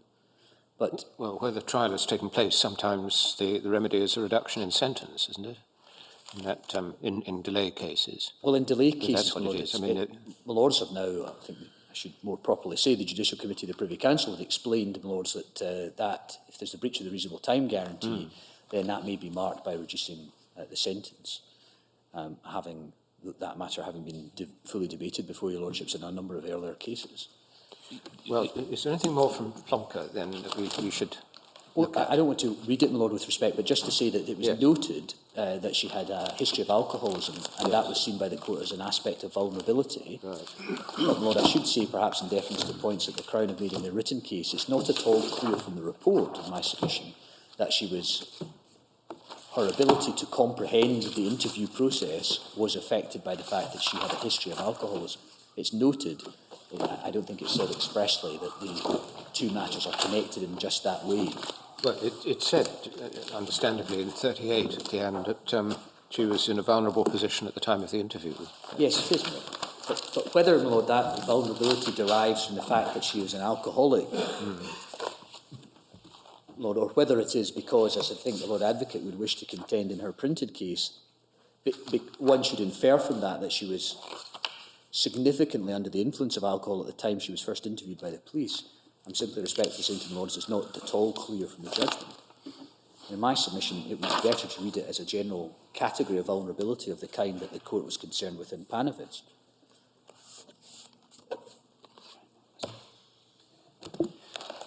Well, I should also say, Lord, I don't wish to read it either, because I'm coming to this very briefly, if I may, Lord, is that there's also some discussion of the concept of waiver in this field in Plonka. yes. That matter, Lord, is, I think, rather more fully expressed in a case to which I had intended to draw my Lord's attention. It's a Russian case of Peshalnikov against Russia, Volume 6, tab 138.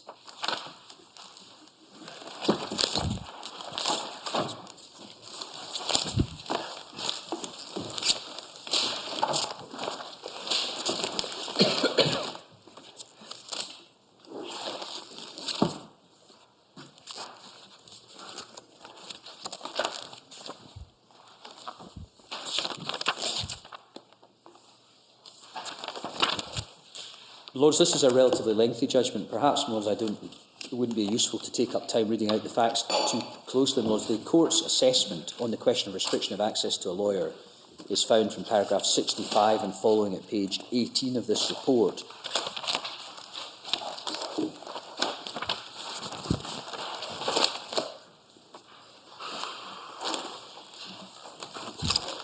And the court sets out, Lords, from paragraph 65 onwards, the general principles which I think the Lords have seen essentially reproduced in the other earlier cases, and therefore I wouldn't take up time reading those, Lords.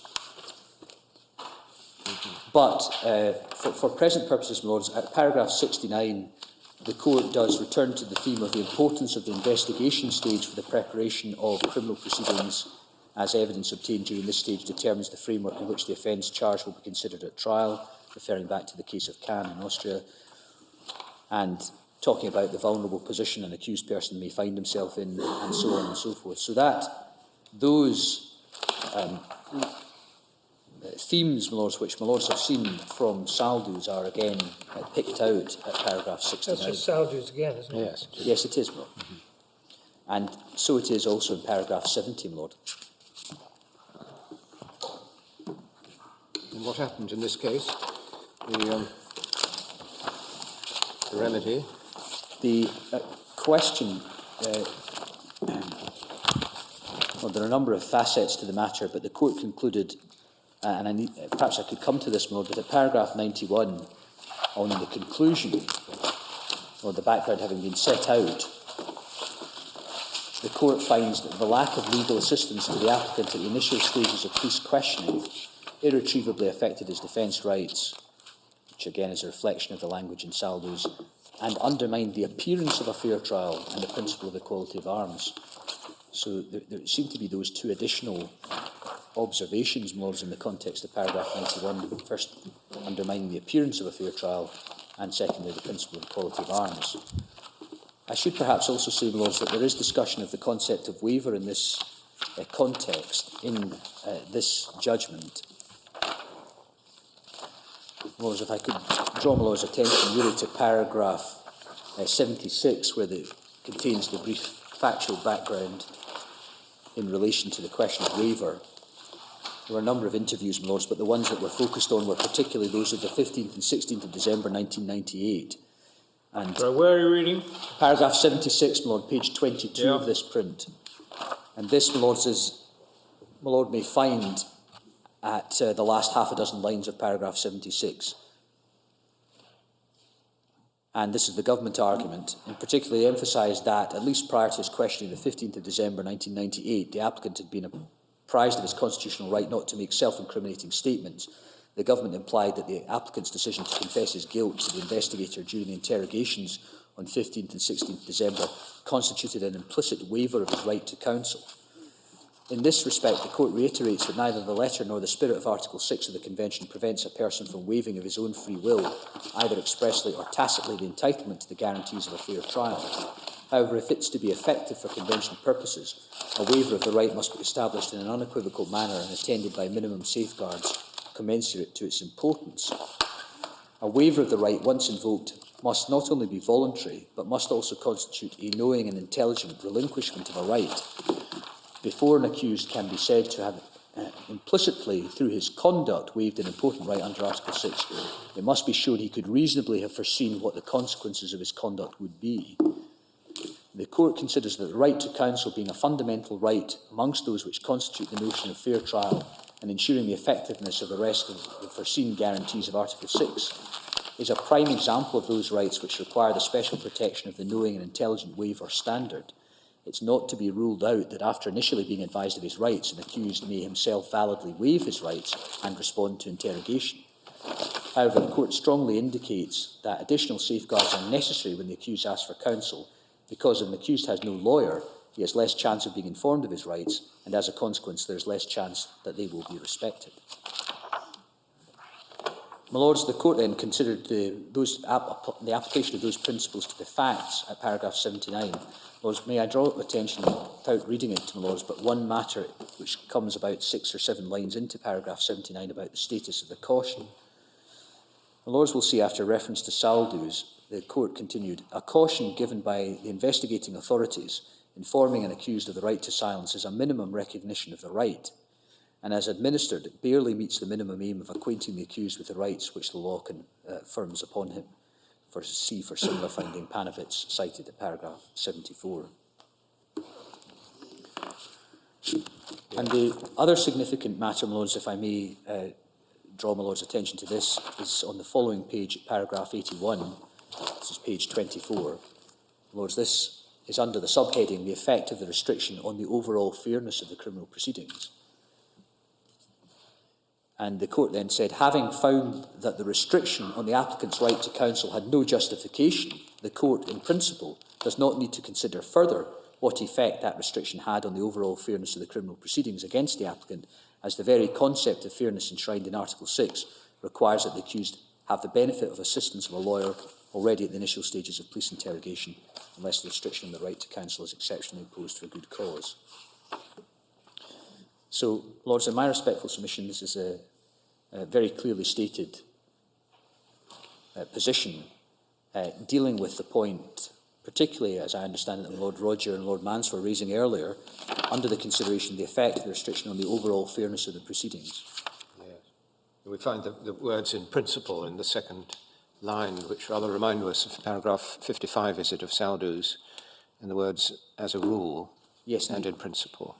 Indeed. So the principle is applied in its full strength in the situation envisaged. Yes, in my submission, Lord. But it is perhaps just worth noting, yes, paragraph 7 on page 2, that this man had specifically asked to be represented by a named lawyer, yes, which therefore made it a stronger case for his having to waive it very clearly if he changed his mind. yes. So there are, in my respectful submission, Lord, a number of important statements of principle coming out of this decision, post the decision in Saldus, on waiver and on the question of paragraph 81 in particular, and on the observation about the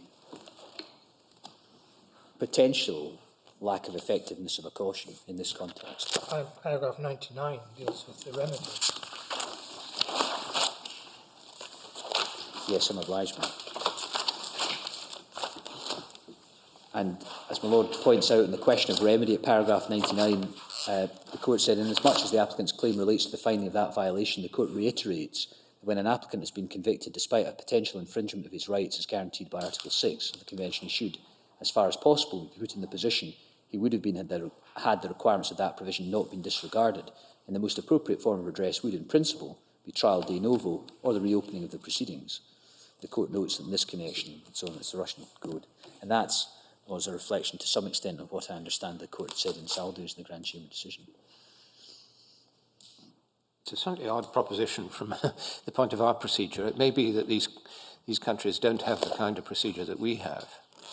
I mean, the Court here would be inclined in Scotland to set aside the verdict and authorise the Lord Advocate to bring a fair trial if so advised. It's odd to give the option to the yes, applicant, isn't it? I mean, absolutely not. It doesn't find its counterpart in Scottish procedure at all.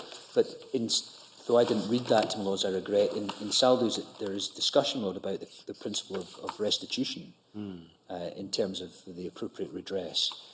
But It's contingent, Lord, so it seems, upon the applicant requesting that it be retried. Yeah. So, as I would understand it, Lord, broadly speaking, it's saying it is envisaging a trial de novo without the impugned evidence. Yes. If an applicant wishes to take that option, if it's available under domestic law. And as my Lord and the Chair has just pointed out, that is not the way that matters are dealt with in Scotland. It would be a matter for the Lord Advocate to seek authority from the court.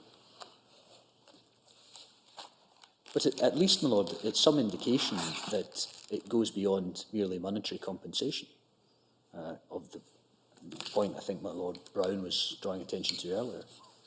Well, all I'm saying is it doesn't seem to be implicit in any of the Strasbourg jurisprudence that they think that the consequence of their adverse finding on 6.1 and 6.3 is actually going to be that the conviction is set aside. Well, I certainly recognise, my Lord, that the European Court doesn't have the power to do that, and therefore it's a question, as is, I think, happened, my Lord, in prominent cases in England and Wales, like Mr Saunders' case. If there is a violation, he seeks to bring the matter before the court which has the power, that's the Court of Appeal Criminal Division, as I understand it, to set aside his conviction, the only court with that power. And that's the practical advantage of, potential advantage of an applicant succeeding in that way before the Strasbourg Court. They do seem to think that there should be a trial de novo in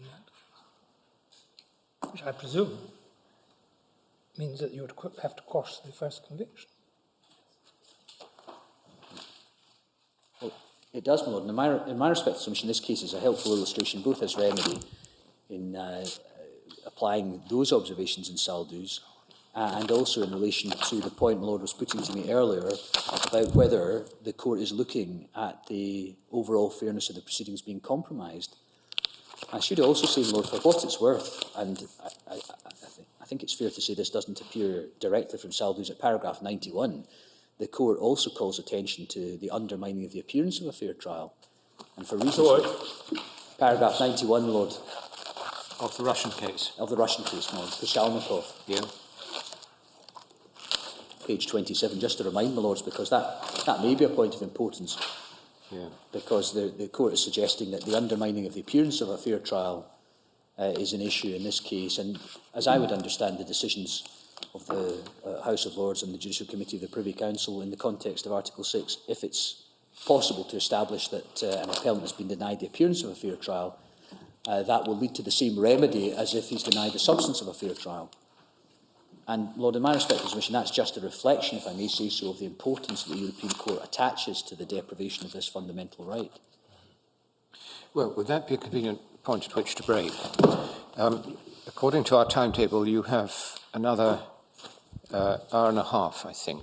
Yes. And we have to look at the claim and everything else. And I think Mr O'Neill has got an hour to take us to 4:30. I think the court would be quite anxious that the Lord Advocate has a free start tomorrow morning if we can achieve that. So could you, or not tomorrow afternoon, I should say, at 2 o'clock.